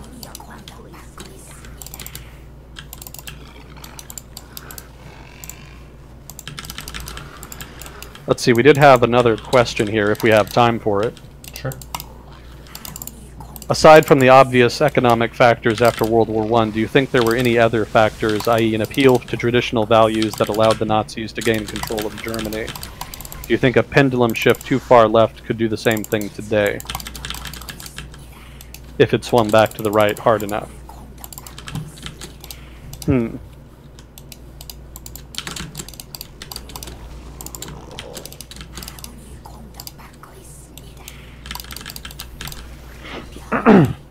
I mean, the rise of power, the rise to power of not the Nazi Party in Germany is a whole, academic discussion and field in and of itself. So, yeah, there were definitely other factors beyond the economic that were there. I mean, there was the old stab in the back theory, the idea among we actually talked about this, I think, last time. The theory among German nationalists that if the war had continued, they could have still won, but they were just stabbed in the back by unrest and protests on the home front. And so there was a sense that Germany had been cheated of her victory by traitors at home. So that narrative fed nationalist and nationalist sentiment and gained a lot more currency after the economic downturn. Appeal to traditional values, that's kind of the Weimar Republic argument. The Weimar Republic was, the Germany in the 1920s was much more liberal than what it would be later. And, for all of the economic difficulties, it was more open, a little more vibrant, if a little wild and woolly, so to speak. And that may have opened the door to conservative, right-wing, especially far-right criticism, that liberalism, which, keep in mind, before the Weimar Republic, Germany had little experience with.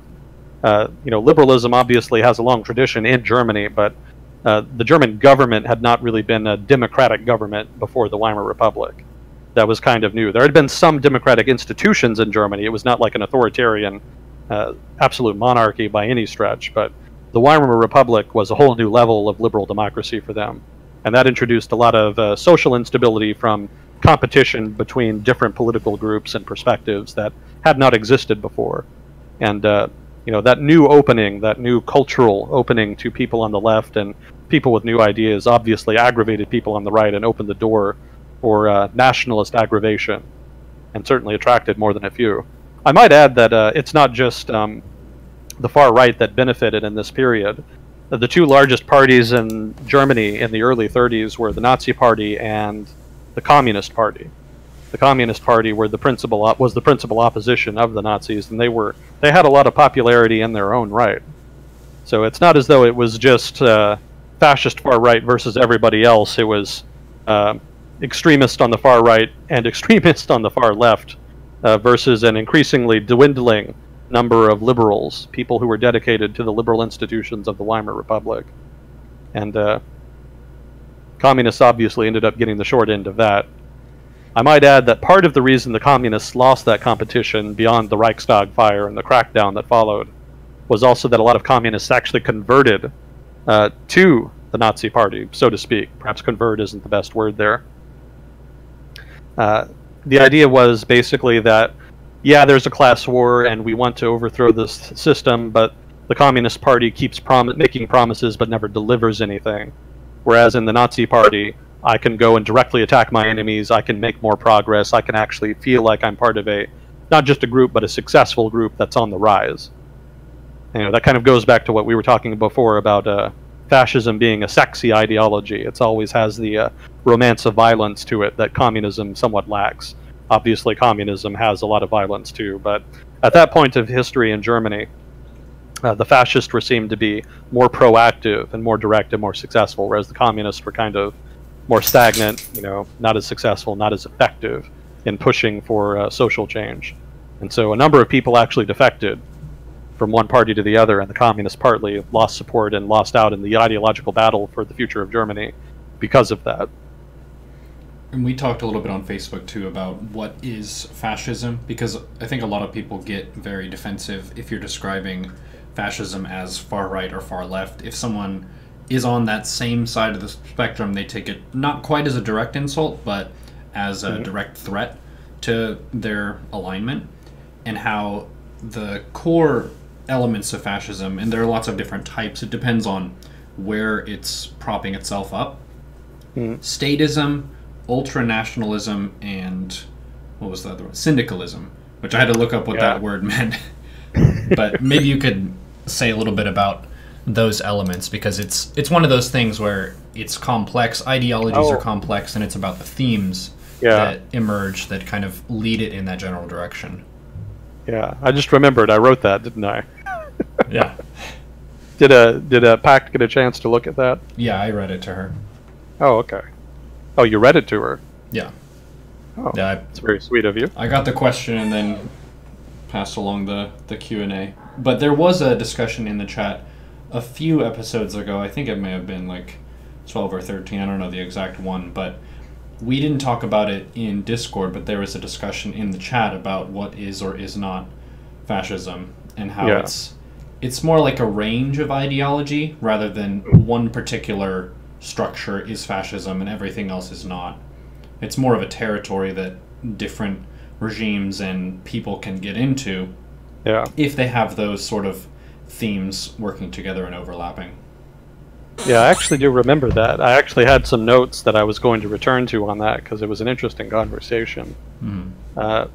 Yeah, fascism is, like you say, kind of a spectrum. It's kind of an ambiguous, fuzzy idea. There's not really a specific thing that you can call fascism per se. Yeah, obviously Nazi Germany. I mean, the Nazi Party is pretty much the epitome of fascism. There's a lot of things that are close to fascism but are not quite fascism. Like, say, the example I used in that, what I wrote there, was Franco's Spain. Everybody loves to call Franco's Spain fascist, but actually Franco and his government were not explicitly fascist. They had some things they had in common with fascists, but they were not themselves fascist. Franco actually was basically the head of a coalition government that encompassed multiple political parties, only one of which was actually fascist, the Falange, and they weren't really the most important of them. There were a number of other parties, monarchists, Carlists, Catholics, etc., basically conservatives, and authoritarian conservatives, but conservatives. And they didn't necessarily even get along that much with the Falange, with the actual fascists in the coalition. They just all had a common enemy in the Republicans that they were up against. And so they all worked together, and because of that, they were incorporated, the fascists were incorporated into that coalition.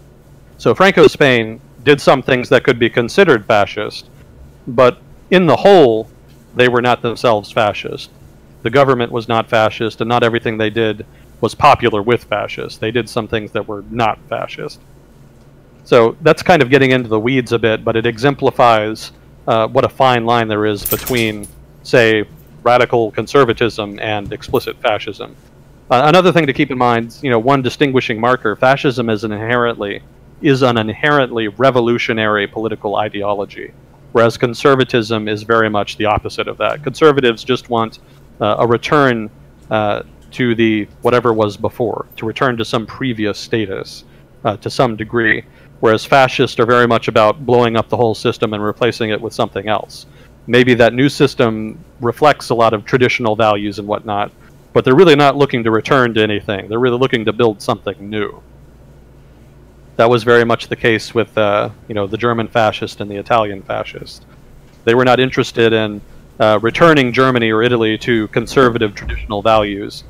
They had new values that they wanted to impose that were similar in many ways to traditional values and overlapped with them, but were also in the way new. Like, there was a lot of new Darwinian stuff in Nazi ideology that had not really quite been there before. There was kind of a racist undercurrent of Darwinian thinking in German society before, but it had not really been like mainstream per se, and it had not necessarily been widely held. And the Germans said, "Oh no, this is the state religion now. This is how you should be thinking," and it subjugated all other forms of thinking. They subjugated the church, for example, which is not something that would happen in Franco's Spain. Franco's Spain was very pro-Catholic Church and very much all about allowing the Catholic Church to be a relatively independent institution, and a strong independent institution with many privileges and responsibilities. Whereas in Nazi Germany, all other institutions beyond the state had to be subjugated to state control. That's an important distinction in and of itself. Totalitarian statism versus conservatism, which generally has a smaller role for the state and has more regard for non-state institutions. That's one of the big differences between, say, fascists in Europe, who are generally very of the statist mold, and, say, white supremacists in the United States, whom are, shall we say, somewhat retrograde in many of their views, but whom are otherwise not about big government, because they're generally conservative Americans. And conservative Americans do not want big government. And so there's a tension there with fascists who do want a strong totalitarian, authoritarian state. white supremacists do not necessarily get along with fascists in that regard, and are not themselves fascist, if that's how you want to define fascism. That's another thing about fascism. You can define it in different ways, and you can define it very broadly to encompass many different groups. Mm-hmm. It's complicated. I got that. It's interesting that it's become a lot more of a hot topic recently, where I feel like if we rewind like 5 to 10 years, it wasn't really on the table that much. It wasn't in major dialogue. Mm-hmm.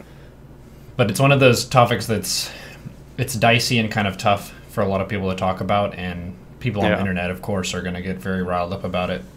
But I like tackling it. Yeah, it's a good discussion to have. As I recall, the discussion in chat kind of centered more on the economics of it, which is where syndicalism comes in. You know, fascists. One of the big differences between fascism, as practiced by the Nazis, for example, and communists, is that communists are all about a command economy and are all about eradicating private property. Those are central objectives for communist parties. Whereas fascists are for private property. They consider that almost, well, not sacrosanct, but private property is important to them. So they're not going to eradicate private property. And they're not about a command economy. Rather, they're more about a managed economy. The idea behind syndicalism is to take economic actors and manage their competition, not only between each other, but also the competition between labor and management. So, you know, all of the traditional tensions in an economy between different economic actors are brought more under control, are organized by the state. So they are still independent actors, nominally, but their freedom of action is severely limited. So that they, hypothetically, this is done so that the competition does not spin out of control and result in disruptive strikes or cutthroat competition or in mass layoffs that impoverish the workers. You know, fascism kind of takes the view that it is the state should act, the totalitarian state rather, should act as a mediator between classes in order to manage class competition rather than eradicate classes altogether and eradicate class tension and competition. Mm-hmm. So that's an important difference there between fascism and communism in terms of economic policy and the different approaches. Right. Well, sweet. I think we're at a good wrap-up point. We're cool. 3 hours and 50 minutes into today's stream, so I'll be taking an intermission and I'll come back.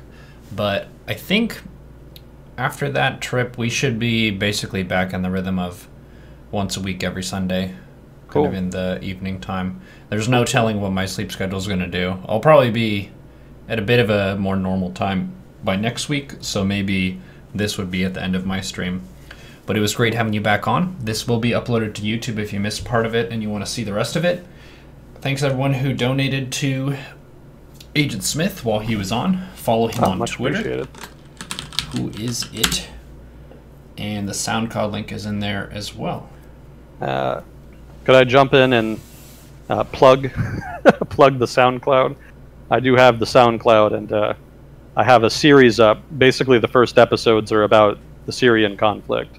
So if anybody is interested in that, please feel free to come by and give it a try. Feedback appreciated, as always. Yep, and the link for that is in the chat right now. Also, I'm sorry about the sound. I don't know why Discord kind of keeps cutting you out every so often. Who knows? Yeah, hopefully. I'll try to work on that so it works.